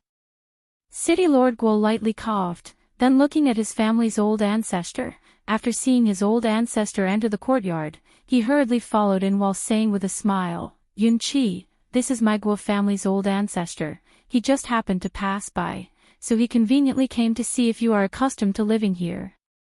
Hearing this, Yu's beautiful big eyes curved, and looking at the two people with a smile, "Many thanks City Lord, this place is very good. Little girl is called Yunqi." The old man looked at the little girl in front of him and asked. "En?" Yu nodded her head. Seeing her not alarmed, not afraid, and smiling appearance, the old man's smile deepened and said, "I heard you want to go to the territory of Empress Phoenix Master. Are you going to visit your relatives or go home?" Going to play. Yu said with a smile. So, you don't have a destination? The old man asked again. Yu rolled her eyes, but didn't speak. The old man stroked his beard, then walking to the table and sitting down, he said, "This old man has received an invitation from an old friend, and in these 2 days, I plan to attend a banquet. If you are also going there, then I can also give you a ride, so as to save you the trouble of rushing all the way." Hearing this, Yu asked, "Starting from here, how long will it take for you to reach there?" If it was also a month, then why should she follow him? When she said these words, it actually made the two people startled for a moment, then glancing at Yunqi, a hint of smile flashed through their eyes. As soon as the little girl said those words, they knew what she meant. He dared to think that if they went together at the same time as she went alone, would she still plan to go alone? The old man smiled and stroked his beard. He looked at Patriarch Gua and asked, "How long did you tell her?" Replying to old ancestor, "I told Cloud 7 that it would take more than a month at the earliest." Patriarch Gua said. The old man nodded and looked at Cloud 7. He smiled and said, 10 days will be enough for me." 10 days. Yu was happy, and with her eyes wide open, she said in pleasant surprise, "Really only 10 days? All right, I'll go with you." 10 days, that would shorten a lot of time. She would be a fool not to go with him. Hearing those words, the old man chuckled. Just as he was about to speak, he suddenly heard his stomach grumbling, and he was taken aback. My stomach is hungry." Yu touched her stomach without any trace of uneasiness. "I'll get someone to prepare some food," Patriarch Gua said as he turned around and left. The old man looked at her and asked with a smile, "You still haven't abstained from food?" "I usually eat. Only by eating can I grow up," Yu said in deadly earnest. Chapter 49-27. Yes. Patriarch Gua replied and glanced at Cloud 7. It seemed that this child was very fond of their old ancestor. One must know that in the entire Gua family, no one dared to speak to their old ancestor in such a casual manner. Next day, early in the morning, Gua family's master passed the prepared dry food, pastries, and so on to Yu, and said, "There is meat, dry food, as well as some pastries and so on. All of them can be stored for a long time, so it should be enough for you to eat on the way." "Many thanks, City Lord." Yu received the food and thanked him. "Okay, come up." The old man had unknowingly released a small flying ship. It looked simple and plain. Moreover, it wasn't big. "Goodbye." Yu waved her hand and jumped into the small flying ship. Because she had kept the lion in her space, although the ship was small, there was still some space for 2 people to sit. No matter if they wanted to sit or lie down, they could sit. The city lord below waved his hand and the small flying ship flew into the clouds. In an instant, it disappeared into the clouds. Seeing this, the city lord watched for a while before turning around and walking back. He didn't expect that the old ancestor, who had not gone out for a long time, would be willing to bring along such a child. However, this time, with the old ancestor accompanying her, that child Cloud 7 should be able to safely reach the place she wanted to go, on the other side, in the Immortal Island, because Fengjiu told Songmi, that she wanted to raise the 2 children to be stronger. The food for these few days could be said to be mainly for the 2 children. On one hand, Fengjiu wasn't idle. She brought the 2 children to walk around the Immortal Island that she had merged with. On the other hand, she guided them in their cultivation and let them learn more from each other. It could be said that with their mother accompanying them, although the days here were happy and fulfilling, it was also not easy. However, the 2 children were also happy because they had their mother accompanying them here. On this day, Fengjiu called the 2 children over. Looking at her 2 sons, her eyes were filled with love and gentleness as she said, "Mother will bring you to walk around the city below." It's also good for you to practice and learn how to adapt to any problems. Hearing this, the two children looked at each other and asked, Mother, if we continue like this, won't our identity be exposed? What's so difficult about that? I just need to disguise myself. She chuckled, pinched the two children's cheeks, and said, I heard you two say that your master also let you two train alone. Then let Mother see your ability to adapt. When you go down, Mother will only watch from the sidelines, and will not help you. Mother, don't worry, we won't let you down. The two immediately said. Mistress, I want to go too. Songmi jogged in. I'll cook for you. Fengjiu smiled, glanced at her, and said, All right, you can come along too. Muchen hesitated for a moment, then looked at his mother and asked, Mother, are you going to send us away after bringing us out for training? Compared to his master's cloud sky mountain, he wanted to stay by his mother's side more. Fengjiu rubbed his furrowed brows with both hands and said with a smile, Don't frown so much at such a young age. Don't worry, I won't send you back so soon. In a few days, Mother will take you to visit your uncle Mo Chin. Chapter 49-28. Fengjiu left her communication jades with Tai Song and Yu Pinyang, asking them to send her a message if someone called Yuan Jing went to the island for medical treatment. The next day, after everything was arranged properly, she took the two children and Songmi out of the island. On the other side, Yu followed the old ancestor of the Guo family in his spaceship. She sat on the edge of the ship and looked at the clouds passing by outside. She blinked and said, How can this ship fly so fast? It's much faster than flying on swords and ordinary magic tools. The old man stroked his beard and narrowed his eyes, saying, Of course it's because my spaceship is not an ordinary magic tool. Otherwise, why would I tell you that we can arrive in about 10 days? Even so, Grandpa Gua, can we go down and rest for a while? Yu lay on the edge of the ship and looked at him with her beautiful eyes. Well? Rest? You can rest on this spaceship. He took a look inside the ship. The place was still big.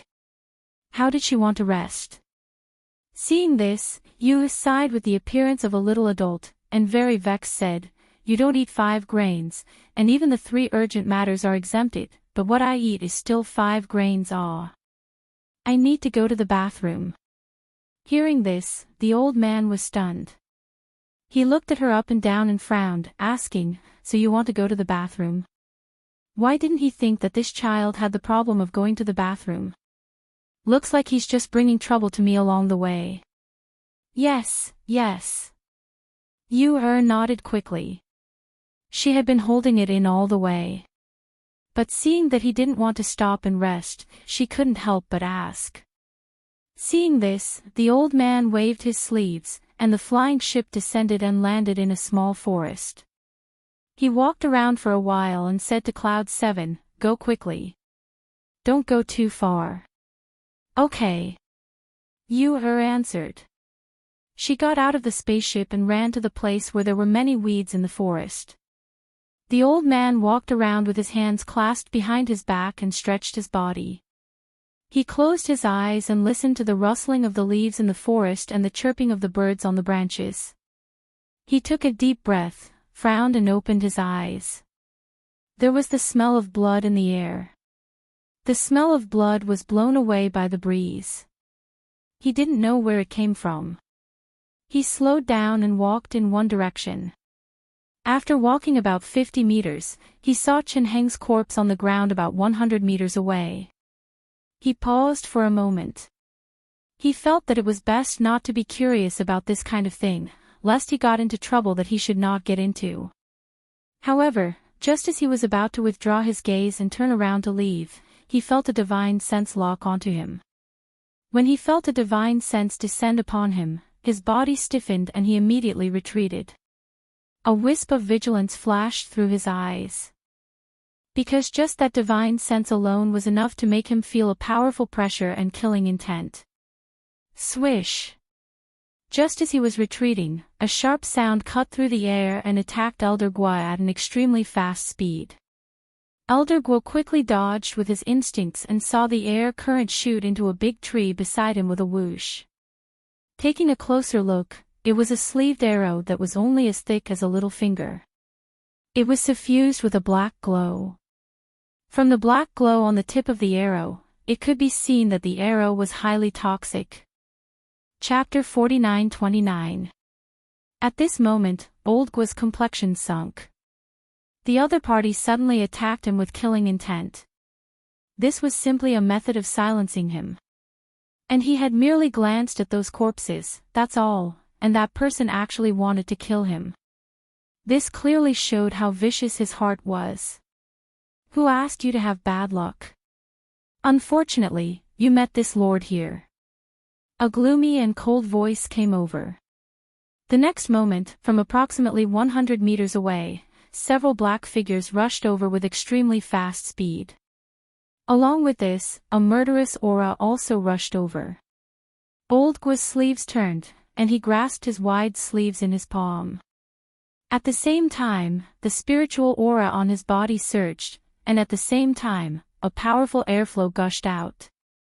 At the same time, a fist heavily struck towards that figure in front of him. Whoosh! The speed was fast, and the strength was heavy, bringing about a swift and fierce whistling sound. Immediately afterwards, a pinged sound was heard as the fist heavily landed on the chest of that black figure. However, at the same time that the black figure let out a muffled groan and was sent flying dozens of meters away, Old Guo also quickly withdrew his hand and let it fall to the side of his body. Fresh blood seeped out from his loosened hand and dripped into the soil on the ground. That person had armor on his chest. Moreover, it was that kind of armor with sharp iron. Kill! A kill order was shouted, and several figures attacked. Carrying a gloomy and cold killing intent, they directly approached Old Guo, intending to take his life in an instant. Old Guo's figure slightly swayed, and the blood dripping from his hand had unknowingly turned into a dark purple color. Even his palm had swollen, suffused with a deadly dark purple color. His lips were also suffused with a layer of dark purple color, and cold sweat seeped out from his forehead. At the same time, he spat out a mouthful of blood from his mouth, and rapidly retreated to avoid the attack of those several people. He was fighting with all his might. Merely, the poison flowed along his hand and his chi into his body, making the poison in his body even more profound. At the same time, his fighting speed also gradually weakened, and his dodging figure also slowed down a lot. And precisely because of this, not long after, his body was covered with wounds. Hearing the movement, trotted back, but when she saw the scene in front of her, she was stupefied. She had just gone to relieve herself, but how did Guo family's old ancestor become like this? Seeing one of the black-robed people chopping towards Old Guo with a sword, she was startled, and promptly shouted, "Lion! Save him!" The moment she spoke, a flash of light shot out and pounced on Old Guo. At the same time, it took him away, then with a few leaps, it retreated to the spaceship further away and put him down. Pooh! Old Guo spat out a mouthful of blood.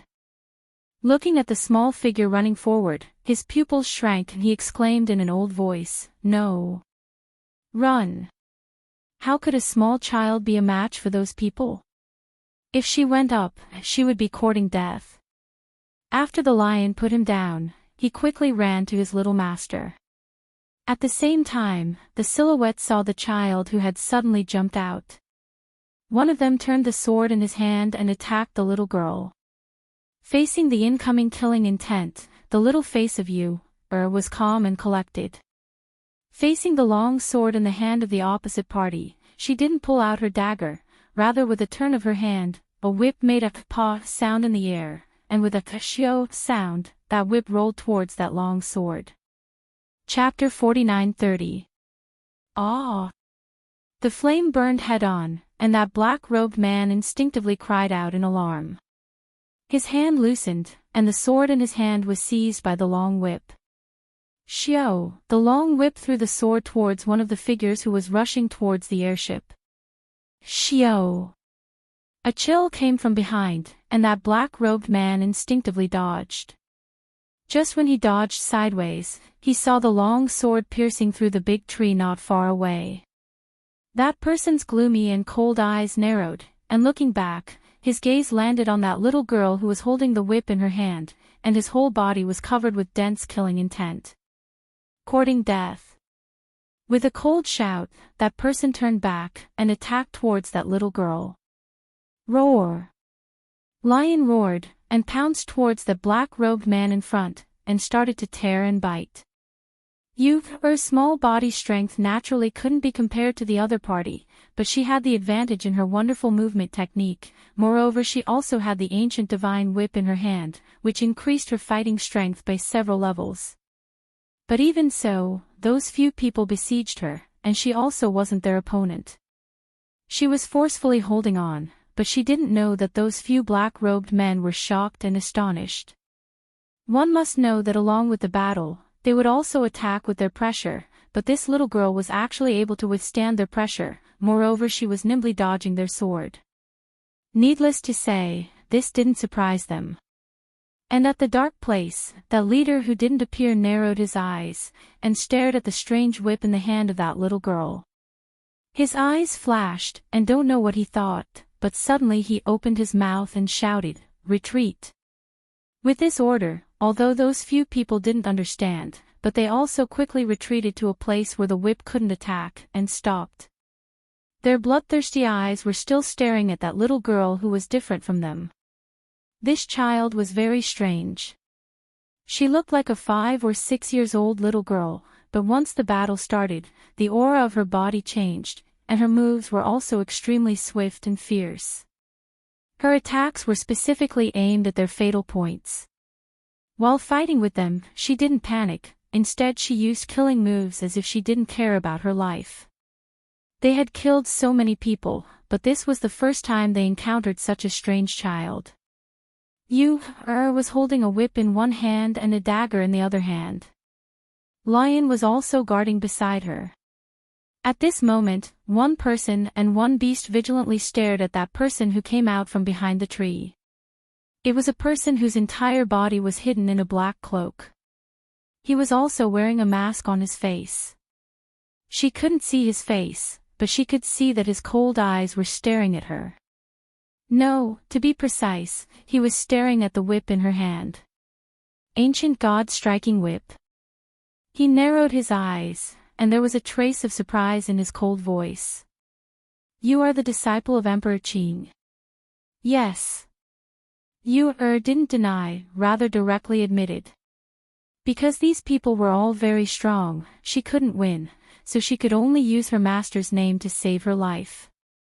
"I heard that the Qing Emperor obtained the ancient holy whip from the Lingmu immortal and gave it to his disciple. I didn't expect that I would encounter it one day," he said with an indescribable expression as he stared at and the whip in her hand. The next moment, the corner of his mouth twitched. "Since you are the beloved disciple of Emperor Qin, then so be it, withdraw." He retracted his gaze and turned around, then raising his cloak, he prepared to leave. "Wait a moment." Promptly called out to stop him. Seeing that person stopped, she said, "Give me the antidote." That old Guo was poisoned. If she didn't have the antidote, then wouldn't he die? Chapter 49-31. Hearing what was said, that masked man sneered, then turning his head to look at he said, "This lord only heard that Qing Emperor had received few disciples, but didn't expect that there was also such an old fellow."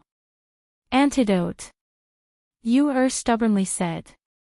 Staring at that little girl, seeing her eyes were not alarmed and fearless, and instead as if a little beast was staring at him, he pulled up the corner of his mouth, then throwing a bottle to her, he turned around and left. Seeing their master throwing out the antidote, a touch of surprise flashed through the eyes of several black-robed people. Apparently they didn't expect that their master would actually give her the antidote. Several figures disappeared extremely quickly. After they left, Yu secretly sighed in relief, then quickly came to the airship. And at this time, old Gua, who had been holding on until now, seeing Yu dashing over, finally couldn't hold on and fainted. Yu opened the bottle and smelled it. In any case, she had studied medicine for a long time, so naturally she could distinguish clearly if it was poison or antidote. Seeing it was indeed antidote, she quickly poured out the antidote from the bottle and stuffed it into old Gua's mouth. "Shui shui, drink some more water," Yu said, then took out her own water and poured it into his mouth. Although the water poured down, it also drenched old Gua's blood-stained robe. On the other side, several people who followed their master looked at each other, then one of them bravely asked, "Master, is that little girl really Qing Emperor's disciple? Why didn't we kill her? Even if we kill her and seize that whip in her hand, I reckon no one will know." What a joke.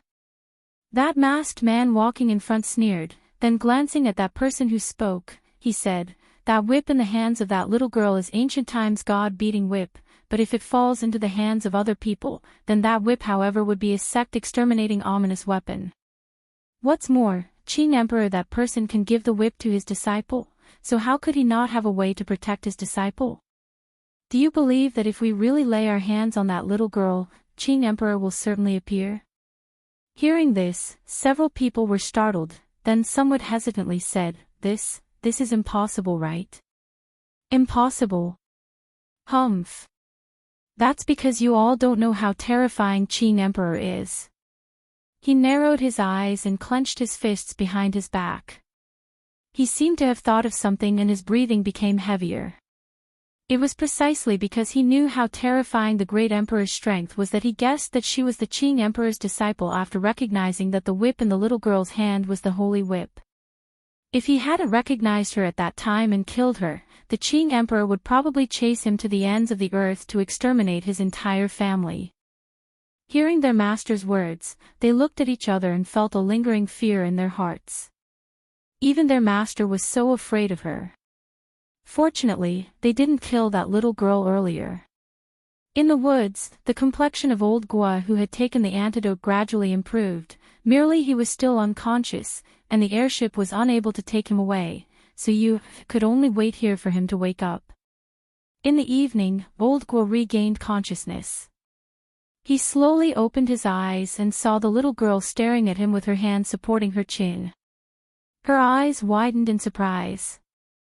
"You're awake." Master Guo was a little confused and surprised. He had never thought that this little girl would actually be the disciple of Qing Emperor. He still remembered the scene of her looking for that person for the antidote before he lost consciousness. The feeling in his heart was somewhat indescribable.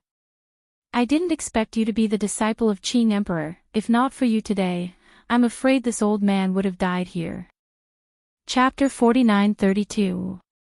Now you are injured, do you want to recuperate for 2 days? Yu tilted her head and asked. "I can recuperate on the spaceship." He looked all around, and knowing that they were still in the forest, he immediately thought, and the spaceship started to fly. Although the sky was getting dark, but the light of night pearl on the spaceship was still very clear. Along with the spaceship flying, Yu also lied on the ground and looked at the dark sky outside. While thinking about those people, she again looked at old Gua and asked, "Who are those people? Aren't you very powerful? How come you can't defeat them?"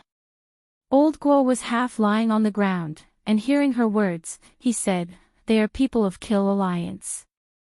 They are an assassin organization, and each of them is extremely powerful. Moreover, this old man also didn't expect that they were wearing soft armor with thorns on their body. After being poisoned by the soft armor, naturally I am not their opponent. Otherwise, even if I am not their opponent, I wouldn't have nearly lost my life in their hands." Finished speaking, he looked at her and said, "Fortunately you are the disciple of Emperor Qing, otherwise today we would have to hand over our lives here." Hearing this, Yu smiled and said, "Didn't expect my master's name is really useful."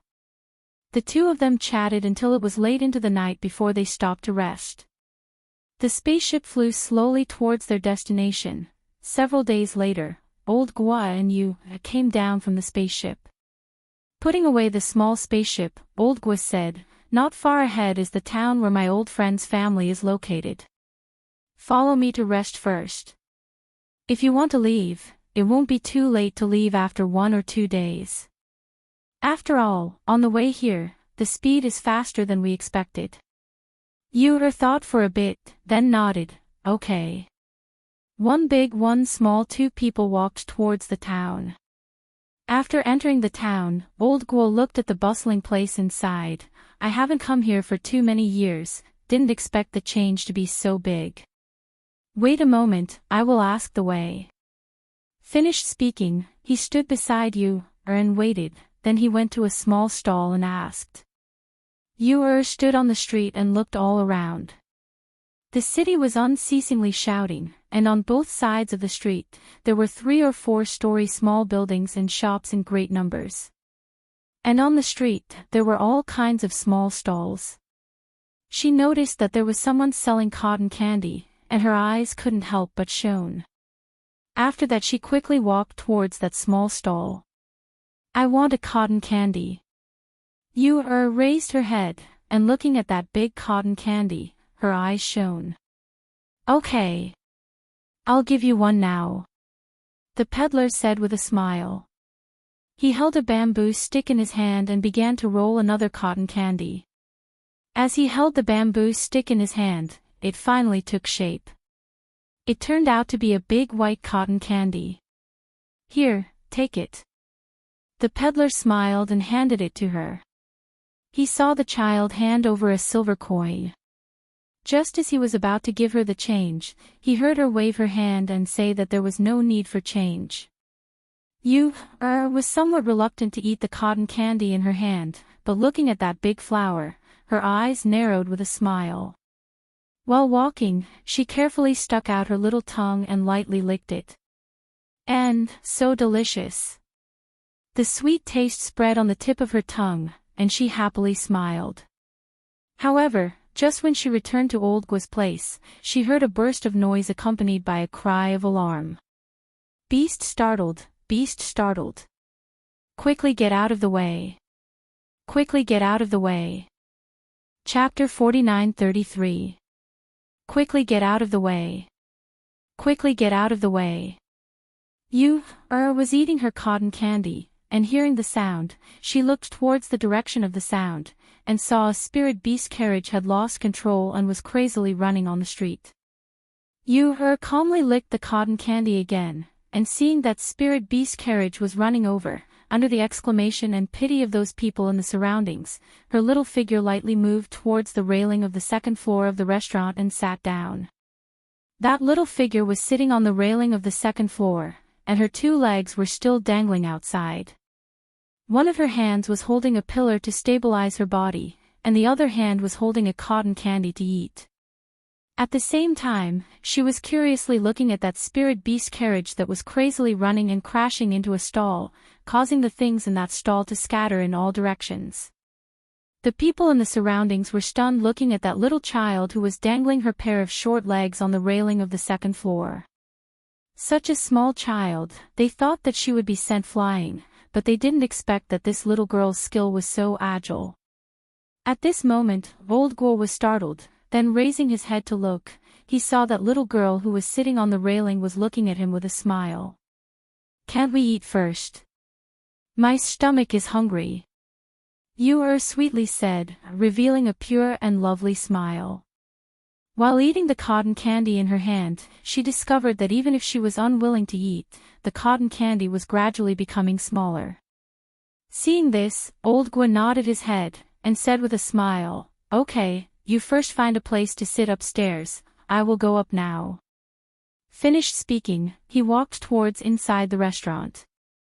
During this journey together, he also knew that this child didn't eat even a grain of seclusion pill, but, compared to ordinary children, she was indeed more sensible and hardworking. On the journey together, she only ate dry food, pastries and so on, and she didn't have any objection. Now that she had this condition to enter the restaurant, she should eat a good meal. The chaos on the streets still hadn't dispersed, but the city guards quickly rushed over to deal with it. Merely, many people saw that little girl's graceful and nimble movements, so from time to time, they would look towards the second floor of the restaurant. After Yu finished eating the cotton candy, she sat at the table and waited for the dishes to be served. Long before Old Gua came up, she had already let the waiter order the dishes. You weren't startled just now, right? Old Gua sat down and asked. No, those two beasts were startled, but they didn't hit me. Yu said, while playing with the teacup on the table. She asked, Grandpa Gua, is your friend's house far from here? It's not that far away. There's no hurry. Now that we're in the city, it won't be too late to go after a meal. Old Gua said with a smile. He looked down at the street and saw the city guards rushing over. Two spirit beasts that had gone out of control for some reason were killed. Blood splattered all over the ground. He frowned slightly, as if he did not expect the city guards' law enforcement to be so bloody and violent. Those two beasts truly died unjustly.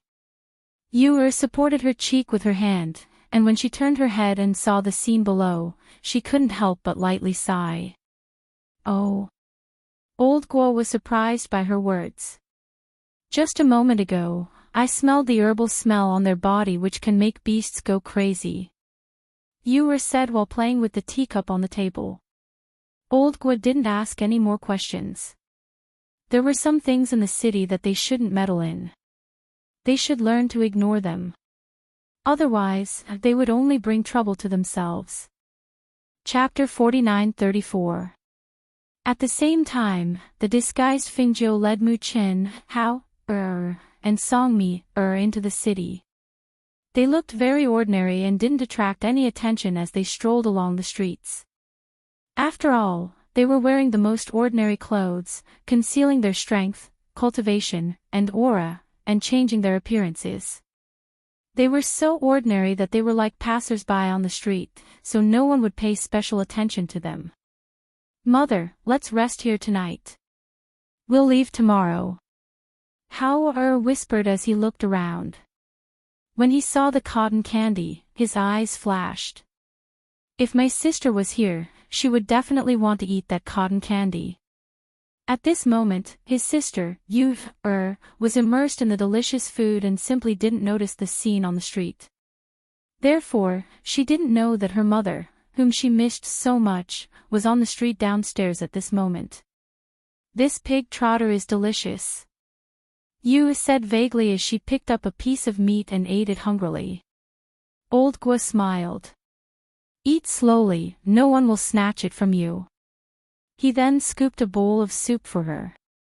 Come, drink some soup, don't choke. Nen. Yu answered vaguely as she ate the stew on the table. Downstairs, Fingzhou and the others walked along the streets. After looking around, Songmi said, Master, there's an inn in front. Let's rest there first. Alright, we'll rest here today and see if there's anything we need to buy. Buy everything. Fingzhou nodded and went with her to the inn in front. While eating, Yu suddenly felt as if she had heard her mother's voice. She stopped chopsticks and looked all around, but she didn't see her mother's iconic red dress. Adding on to the fact that there were many people on the street, it made Yu wonder if it was her misperception. After all, she didn't see her mother's familiar figure on the streets. What's wrong? Old Gua asked as he looked at the streets. Nothing. Yu shook her head, her small face wrinkling. Her originally good appetite was lost because of disappointment. Seeing that she didn't want to say more, Old Gua didn't ask and only said, Then try this, it's not bad. He then picked up some delicious food in her bowl. After walking for a while, Fingzhou suddenly stopped. She felt as if there was a familiar aura around, but when she looked around, she didn't see any familiar people or things. Mu Qin felt her strangeness and looked up to ask, Mother, what's wrong? There's a familiar aura around here. Fingzhou said softly and looked around, but found nothing. She could only murmur with a smile, "I'm thinking too much." With that said, she led the children to the inn. Not long after Feng Jiu and others entered the inn, old Guo also came out of the inn with Yu, and walked towards the direction of his old friend's clan. And the direction they were walking was exactly the opposite direction of Feng Jiu and others. Chapter 49-35. Who are you? Who are you looking for? A head popped out from the crack of the door, and after sizing up the two people, he asked. I am your family's ancestor. Old Guo's voice paused for a moment, and he thought about the name of his old friend, as well as the ancestor from who knows how many generations ago. Therefore, he paused for a moment.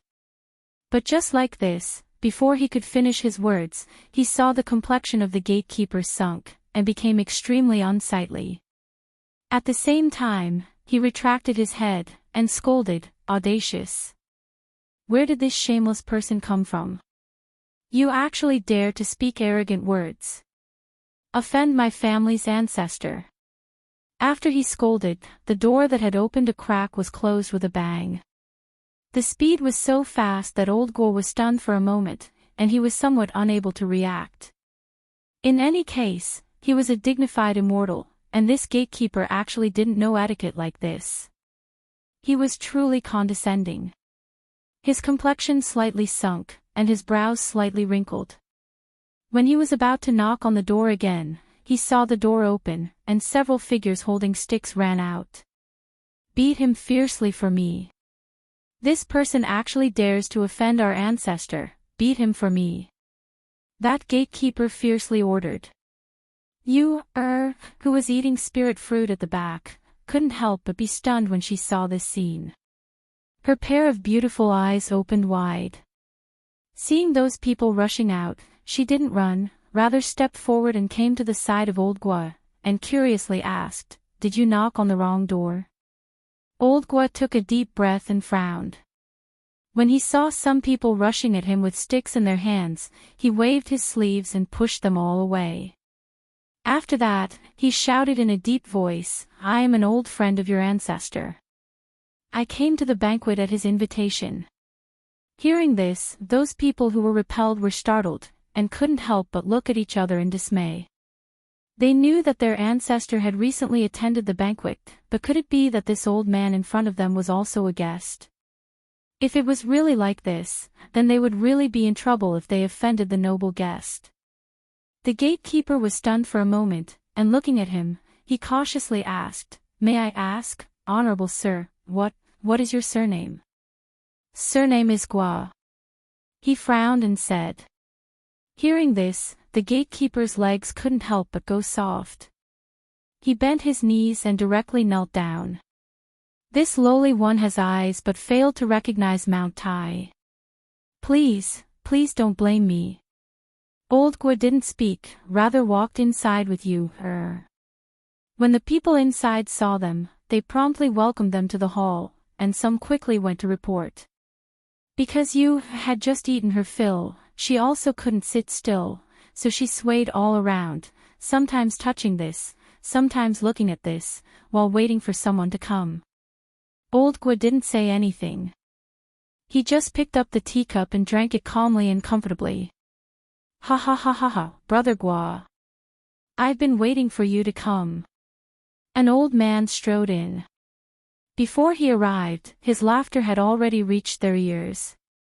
Yu curiously looked over, and saw that person was also an old-looking old man, but his aura was very powerful. He was wearing a gray-colored robe, and his simple aura however couldn't be ignored. "Your Yu clan's gate is not easy to enter. It wasn't easy for me to come here, but I was almost kicked out." Old Guo didn't move from his seat, and was playing with the teacup in his hand. Looking at that old friend who was quickly approaching, he lightly snorted to show his dissatisfaction. Hearing this, Yu clan's ancestor was startled, and said in surprise, "There is such a matter. I really didn't know." Saying this, without waiting for him to speak, he turned around and instructed the people behind him with a dark face. Chapter 49-36. Old Brother Guo, I apologize to you here. It's my subordinates who didn't discipline them well. Please don't take offense. He walked forward with a smile and cupped his hands.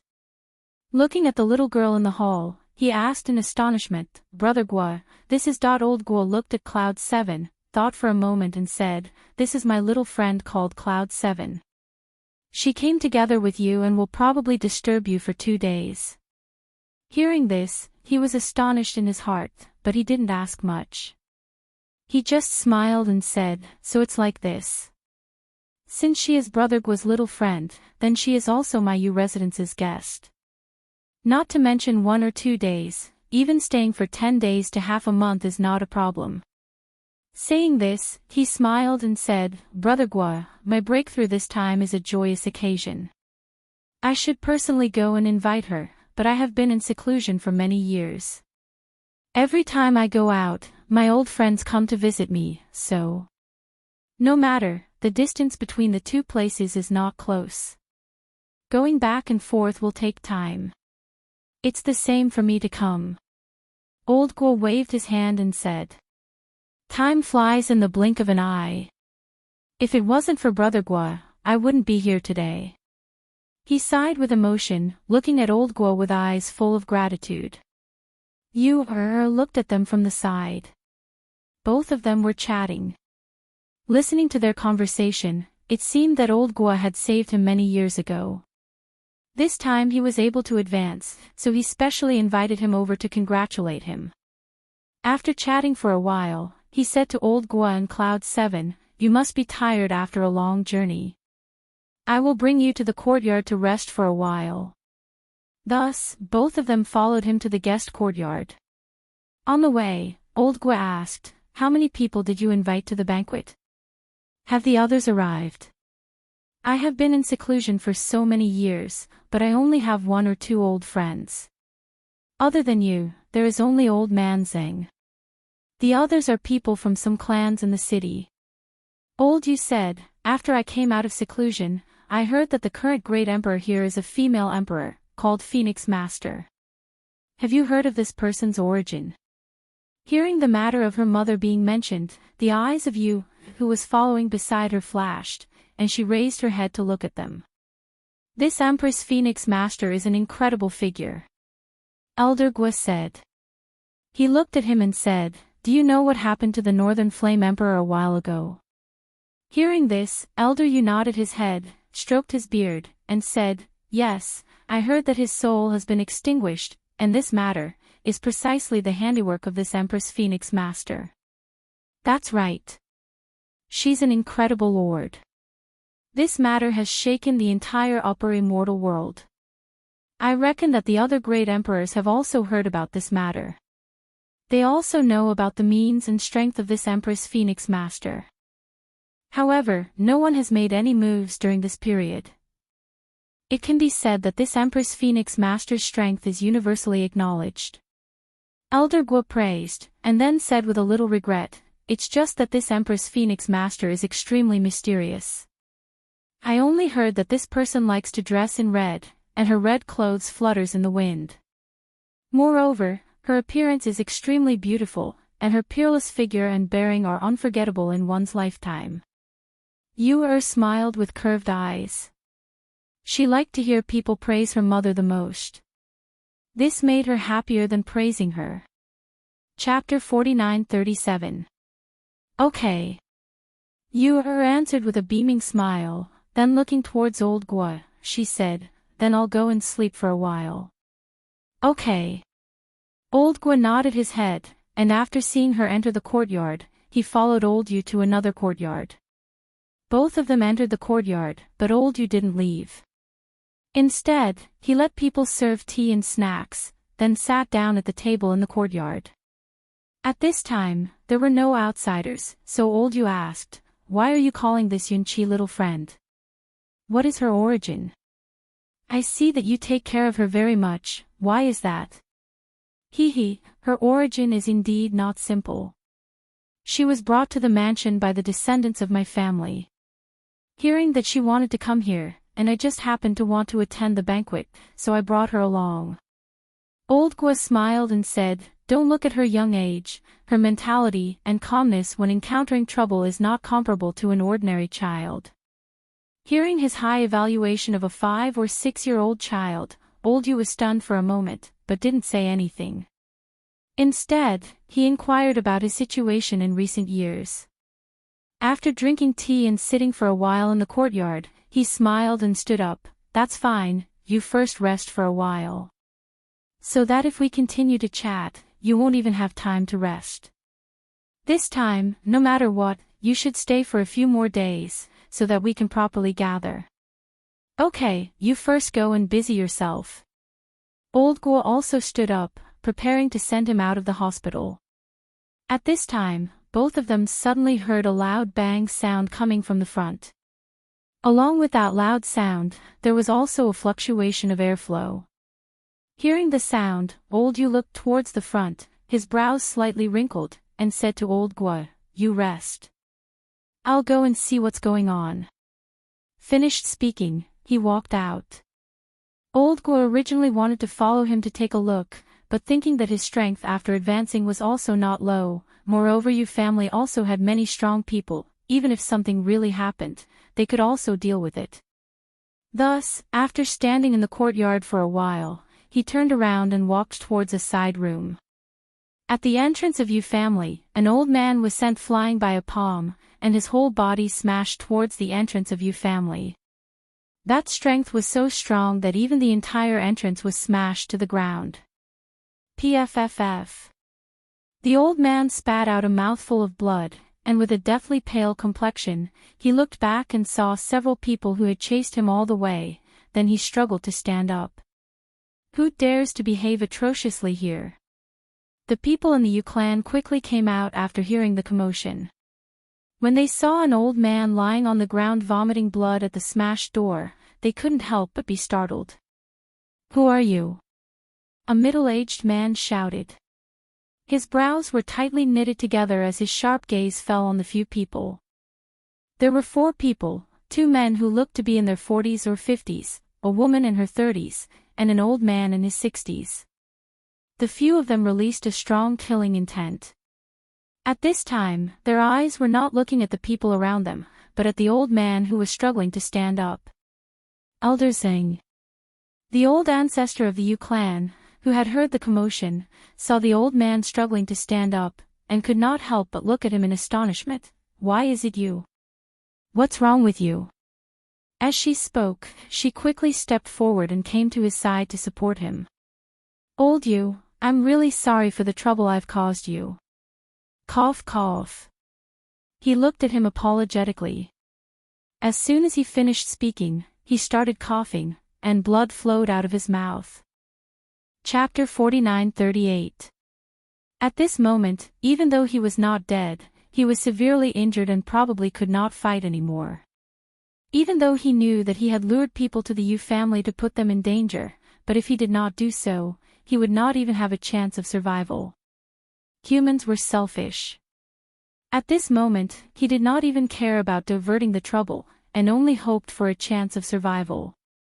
When the Yu family patriarch and the Yu family managing elders who followed behind heard that this person was someone the elder ancestor knew, their expressions changed slightly. This person had lured the trouble to their Yu family, and this was putting them in danger.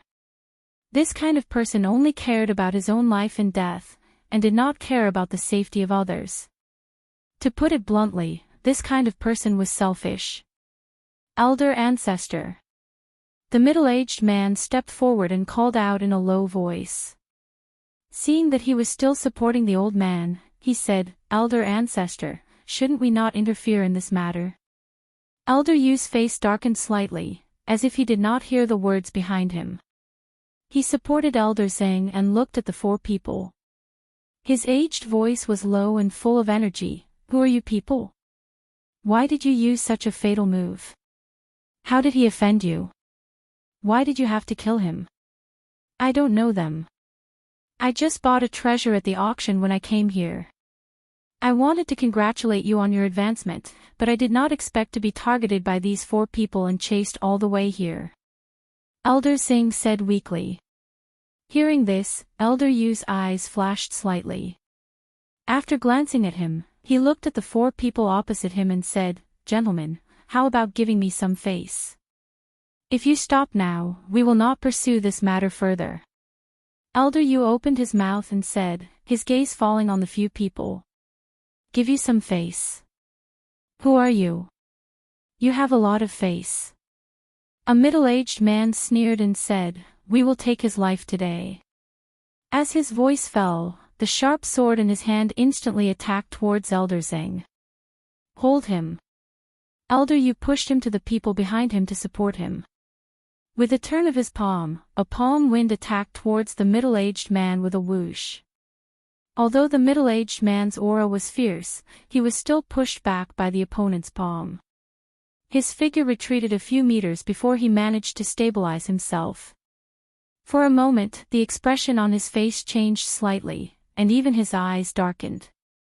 Seeing this, the other 3 people's expressions changed slightly, and their gazes also darkened a little, and fell on Elder Yu in unison. Elder Yu cupped his hands towards them and said, "Gentlemen, I don't know where you came from, but today, he is a guest that I invited. There is no reason to let a guest die in front of my Yu family's door. Please leave." "You are Yu Qingji?" The old man stared at Elder Yu with narrowed eyes and asked. Elder Yu's expression, Qingji, Elder Yu's face, Qingji's Elder Yu, Elder Yu. Seeing this, he paused for a moment, then looked at him and said, "It's understandable that you're protecting him out of morality. Since this person was invited by you, then I'll give you face and not kill him in front of your Yu clan. However, if you dare to stop us outside your Yu clan's gate, then don't blame us for being impolite. Let's go." The old man shouted in a low voice and turned to leave.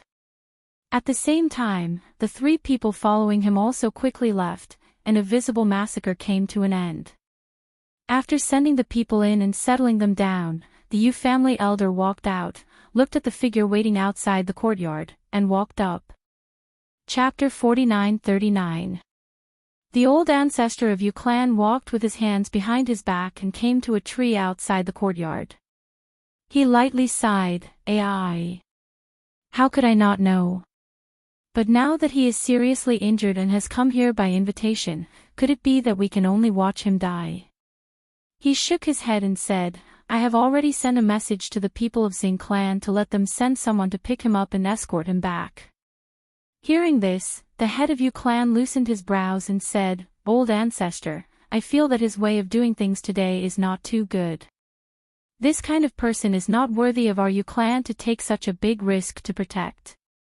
Okay, I know what I am doing." He waved his hand and left without saying anything else. In the evening, when the sky gradually darkened, a figure quietly sneaked into the Yu clan and came to the side of the well in the backyard of the Yu clan.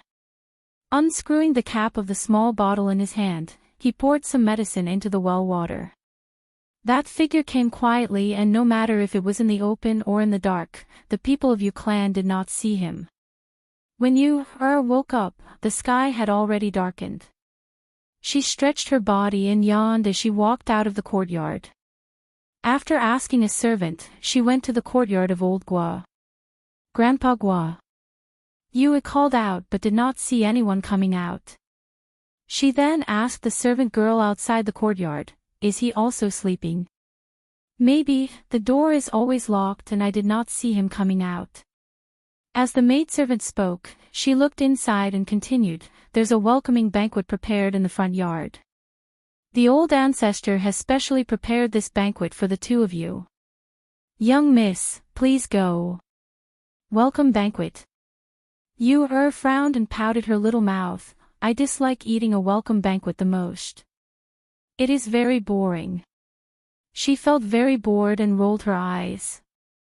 She rolled her eyes and said with a sly smile, "How about this?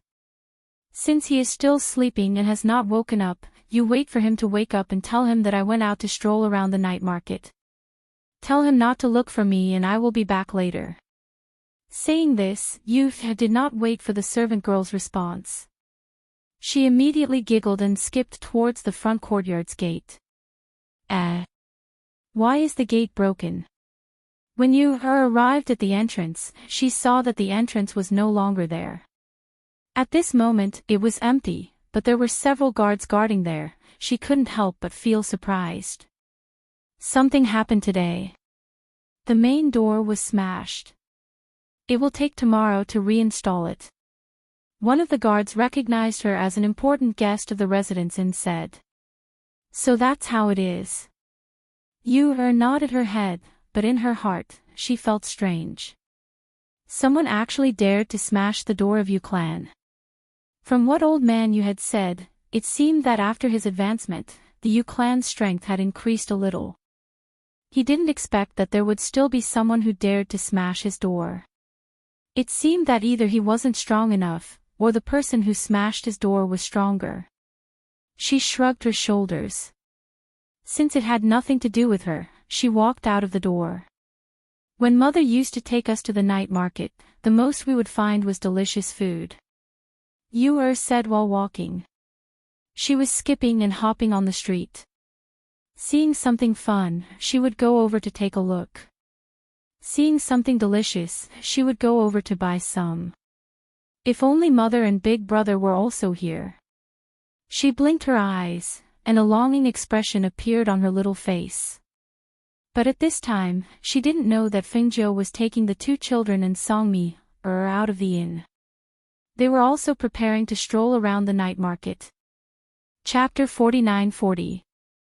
Okay. Fengjiu replied with a smile.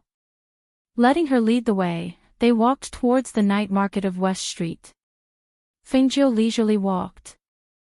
Looking at her two well-behaved and obedient sons, her eyes flashed with gentle doting expression. With a smile on her lips, she said to them, if you see something you like, just say it, Mother will buy it for you. Hearing this, both of them raised their head and looked towards her. With a smile on their face, they replied, okay, thank you Mother. As a matter of fact, they were also rich. Inside their space, there were many treasures, not to mention money. After all, both of them were boys, so they didn't have much interest in some small things. They just held their mother's hand and walked on the street, looking at this bustling night market. Arriving at the night market of West Street, they found a small stall on the roadside and sat down to eat some things. Meanwhile, Yu also arrived at West Street by herself. She had strolled all the way here, and heard that the night market of West Street was the most bustling, so she came here. Alms bowl cake. Is this a pastry? Yu curiously stopped in front of a small stall. She raised her head and looked at that transparent thing inserted in the side, as well as 3 words hanging in front of the stall. This is a very delicious pastry, little sister, do you want to buy one to try? The stall selling alms bowl cake was a youth. Seeing Yu standing in front of him and curiously looking at him, he took out another alms bowl cake and poured it out. Then using a bamboo stick, he handed it over to Yu. Yu took it and tasted a mouthful. Feeling soft and bouncy, it was very delicious. Her eyes couldn't help but lit up, then taking out money, she handed it over to him. I also want 10 to take away. Okay. The youth smiled, and swiftly packed 10 alms bowl for her. Then giving her the change, he said, come again if you like. Yu answered with a smile. After taking the alms bowl cake, she stored it inside her space. Shortly afterwards, she walked towards the next stall. While eating alms bowl cake, she looked at the things in another stall. Is this candy? Give me half a jean. While speaking, she again took out money and handed it over. After walking to several stalls, she ate until her stomach was full. She walked to one side and stopped. Then touching her stomach, she burped. I'm so full. I can't eat anymore. But what if I still want to eat? She muttered to herself and looked around. Then, she walked towards the main street.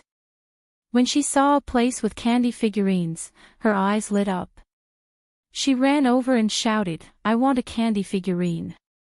Make one just like me. Mu Chen, who was eating at the stall, suddenly stopped and looked around as if he was looking for something. "What's wrong?" Fengjiu asked as he looked around. The street was bustling with people coming and going. The shouts and the chatter of the people on the street overlapped. It could be said that it was very chaotic. "I think I heard my sister's voice," Mu Qin said. He didn't know if it was the telepathy of the twins, but he kept feeling that his sister was around. Hearing this, Fengjiu raised his eyebrows and did not say anything.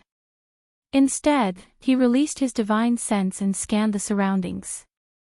The search of the divine sense was naturally not something that the naked eye could compare to. The divine sense swept past one person after another. Even if there were so many people on the street, it would not miss anyone. Chapter 49-41. That little girl is buying sweets over there. Fengjiu shook his head. Hearing their mother's words, Mu Qin and Hao Er's eyes lit up. They quickly stood up and looked in the direction their mother was looking, but they could not see where Yu was. "Little sister. Master is talking about that little girl." Mi also quickly stood up and looked left and right, but she could not see anyone. "Over there," Fengjiu said and walked forward. Yu was looking at the peddler who was kneading the sweets. She looked at him with her big eyes and said, "Knead it according to my appearance, make it look better." "Little sister. Little sister." Hao and Mu Qin came over and shouted when they saw her. Yu who was staring at the sweets, was startled when she heard the familiar voice. She turned around and saw two figures running over. When she saw the two figures, she was stunned for a moment. She was not familiar with their faces, but she was familiar with their figures and the expression in their eyes. She did not need to think to know that they were her two brothers in disguise. She couldn't help but smile happily and ran over to them. "Big brother. Big brother. Little sister, we finally found you. Are you okay? Did you encounter any danger outside alone?" Hao held her hand and looked at her in front of him, unable to hide the joy in his eyes. "Don't you know that we would be worried if you ran around?" Mu Qin scolded with a straight face, acting like an older brother. Yu stuck out her little tongue, feeling somewhat guilty and also somewhat guilty. She said, I also missed Mother, so I secretly ran out, but you all don't need to worry, I am very well, I didn't encounter any danger." As he spoke, he asked in a low voice, "Is Master angry with me? Is he very angry? Since you were worried that your master would be angry, why did you sneak out?" A voice sounded, and Yu widened her eyes in astonishment. She looked at the person slowly walking over. It was obviously not her mother's face, but that voice was her mother's voice. "Mother!" she called out in astonishment. She couldn't believe it. Fengjiu walked over and looked at her little face full of astonishment. She was originally worried about her and wanted to scold her, but when she saw this soft little girl, she couldn't bring herself to scold her. "Have you suffered? Did you get hurt while you were out there? Did you not eat well? Why did you lose weight?" Fengjiu caressed her daughter's head and pinched her arm. Although she was pinching her soft flesh, she still felt that she had lost weight. "Woo, Mother, I miss Mother so much, I miss Mother so much." Yu slowly came back to her senses, then threw herself into her mother's bosom and cried. Hearing his youngest daughter's words, Fengjiu's heart ached and he felt guilty. All right, don't cry. Be good." She wiped away the tears on her face and said, "Do you know that Mother will be worried if you run out alone? If something happened to you, what do you want Mother to do?" "Mother, I'm sorry." Yu didn't listen to Mother and Master. She whispered and hung her head because of guilt. Chapter 49-42. When Yu heard this, she immediately looked at her big brother foolishly. Her big brother's soft knife was much more powerful than her big brother's stern face when he reprimanded her. This was making her vexed for secretly running away. If she didn't take advantage of their absence to secretly run away, she would be able to wait for her mother's arrival on the mountain and leave together with her mother. Thinking of this, she lowered her head sadly and said, I know my mistake, I really know my mistake. In the future, I won't be disobedient anymore. Seeing this, Hao-er didn't say anything else. He only patted her shoulder and said, Master went out to handle some matters and just happened to meet you here. Before Master returns, we will stay by Mother's side. There are a lot of people here and it's also noisy. Let's go to the restaurant in front to sit for a while. Mi, who was at the side, said while curiously looking at that little girl. She didn't expect that she would dare to run away alone at such a young age. Truly formidable awe. Worthy of being Master's child. All right. Fengjiu agreed and brought the children to the restaurant in front. Going to the second floor of the restaurant, they found a relatively quiet place to sit. Fengjiu then asked, how long have you been here? Where are you staying now? Mother, I came together with Grandpa Gua, so I didn't go on the road alone. Now I am staying at Grandpa Gua's friend's house. I originally wanted to go and find Mother after 2 days. She promptly said. Hearing this, Fengjiu raised his eyebrows. Grandpa Gua. Who is he? How did you know him? It's like this, when I let the little fox take me away, there was an accident. She told him about the things that happened after she left that day, as well as how she left Xiao family's place and the reason why she came here together with Guo family's old ancestor. After listening to her, Fengjiu nodded his head, so to say, because you met with danger on the road, he knew your identity. You answered, then said again, but he said that he won't tell anyone, because I saved his life. Where is the whip that your master gave you? Fengjiu asked. Here. You took it out and handed it over to her mother, while saying, Mother, this whip is truly a good thing, it can be used as a whip and can also be used as a sword. Fengjiu took a look at the whip and nodded, this is indeed a treasure. Your master has treated you well, so I'll let you use this ancient god-lashing whip. As she spoke, she smiled and handed the whip to her. Put it away. Now, this whip almost represents your identity. Even those who have never seen you before will know that you are the third disciple of Emperor Qing, Cloud 7, as long as they see this whip.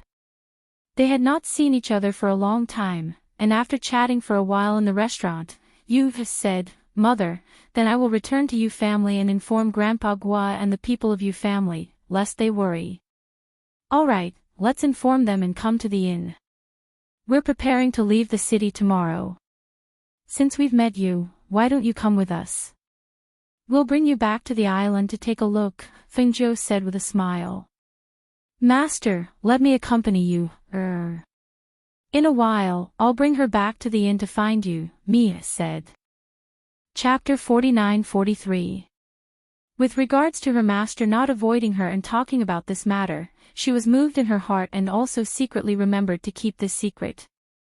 At this moment, regardless of whether it was in front of you, or his grandfather Guo or in front of you family, it was not suitable for her master to show his face, so she could only accompany her master. After all, it was the middle of the night, and only she, this adult, could accompany her master. Only the people of Yu family and that old man Guo would let her leave this place in the middle of the night. Hearing her words, Fengjiu also didn't refuse, rather nodded his head, and, you accompany her. After bidding farewell to them, return to the inn, we will wait for you to come back. Okay. You and me answered, then both of them left and went downstairs. After they left, Fengjiu also took the 2 children and went towards the direction of the inn, preparing to go back and wait for them to come back. At this moment, although Yu family was brightly lit, but it was in a kind of strange silence. Yu took me and walked towards Yu clan, while saying, it's just in front. Today, I don't know why their main gate is broken. Now they can't close the gate, but there are several guards guarding there. While speaking, they arrived at the main gate, and just when was preparing to enter, Songmi suddenly vigilantly pulled her, protecting her behind her back.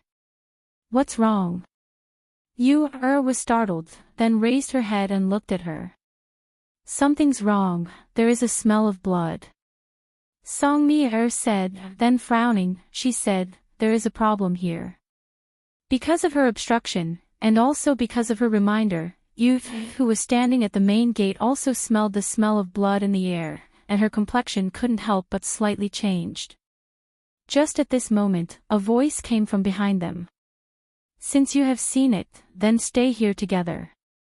That voice was cold with killing intent, and just after this voice came out, a stream of air attacked them. The two people standing at the main gate had no way to retreat, so they could only hide inside residence. But just after entering residence, they sensed that the entire residence was covered with an enchantment, so that the sound and the stream of air from the fight wouldn't leak out. Therefore, it also wouldn't alarm other people.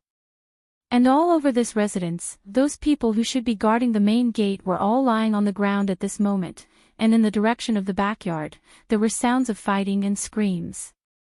"Be careful!" Meek shouted. With a twist of her hand, a frying pan flew out and struck towards the person who was attacking. With a whoosh, the frying pan was flung at that person. As it flew out, it expanded as it spun, and with a bang, it smashed down from above. However, after the attack was blocked, it returned to Songmi's hand. "Lion!" Yu called out and looked in the direction of the rear courtyard. She said, "Go and take a look at Grandpa Gua." After all, they had been together all the way, and she didn't know what had happened. In short, protecting him was the most important thing. Roar! The lion roared and dashed towards the backyard. Divine beast! That middle-aged man who had attacked me narrowed his eyes, then his gloomy and cold gaze fell on Yu, as if he was trying to guess who she was. Such a young child actually had a divine beast accompanying him. In the rear courtyard, the old ancestor of the Yu clan and Old Guo were working together to deal with the three people who were attacking them. Most of the people in the residence were unconscious because they had eaten and drunk water. Only the two of them were still conscious because they were stronger. In addition to the fact that they hadn't eaten anything and had only drunk tea, and because of their great strength, they were able to forcefully endure.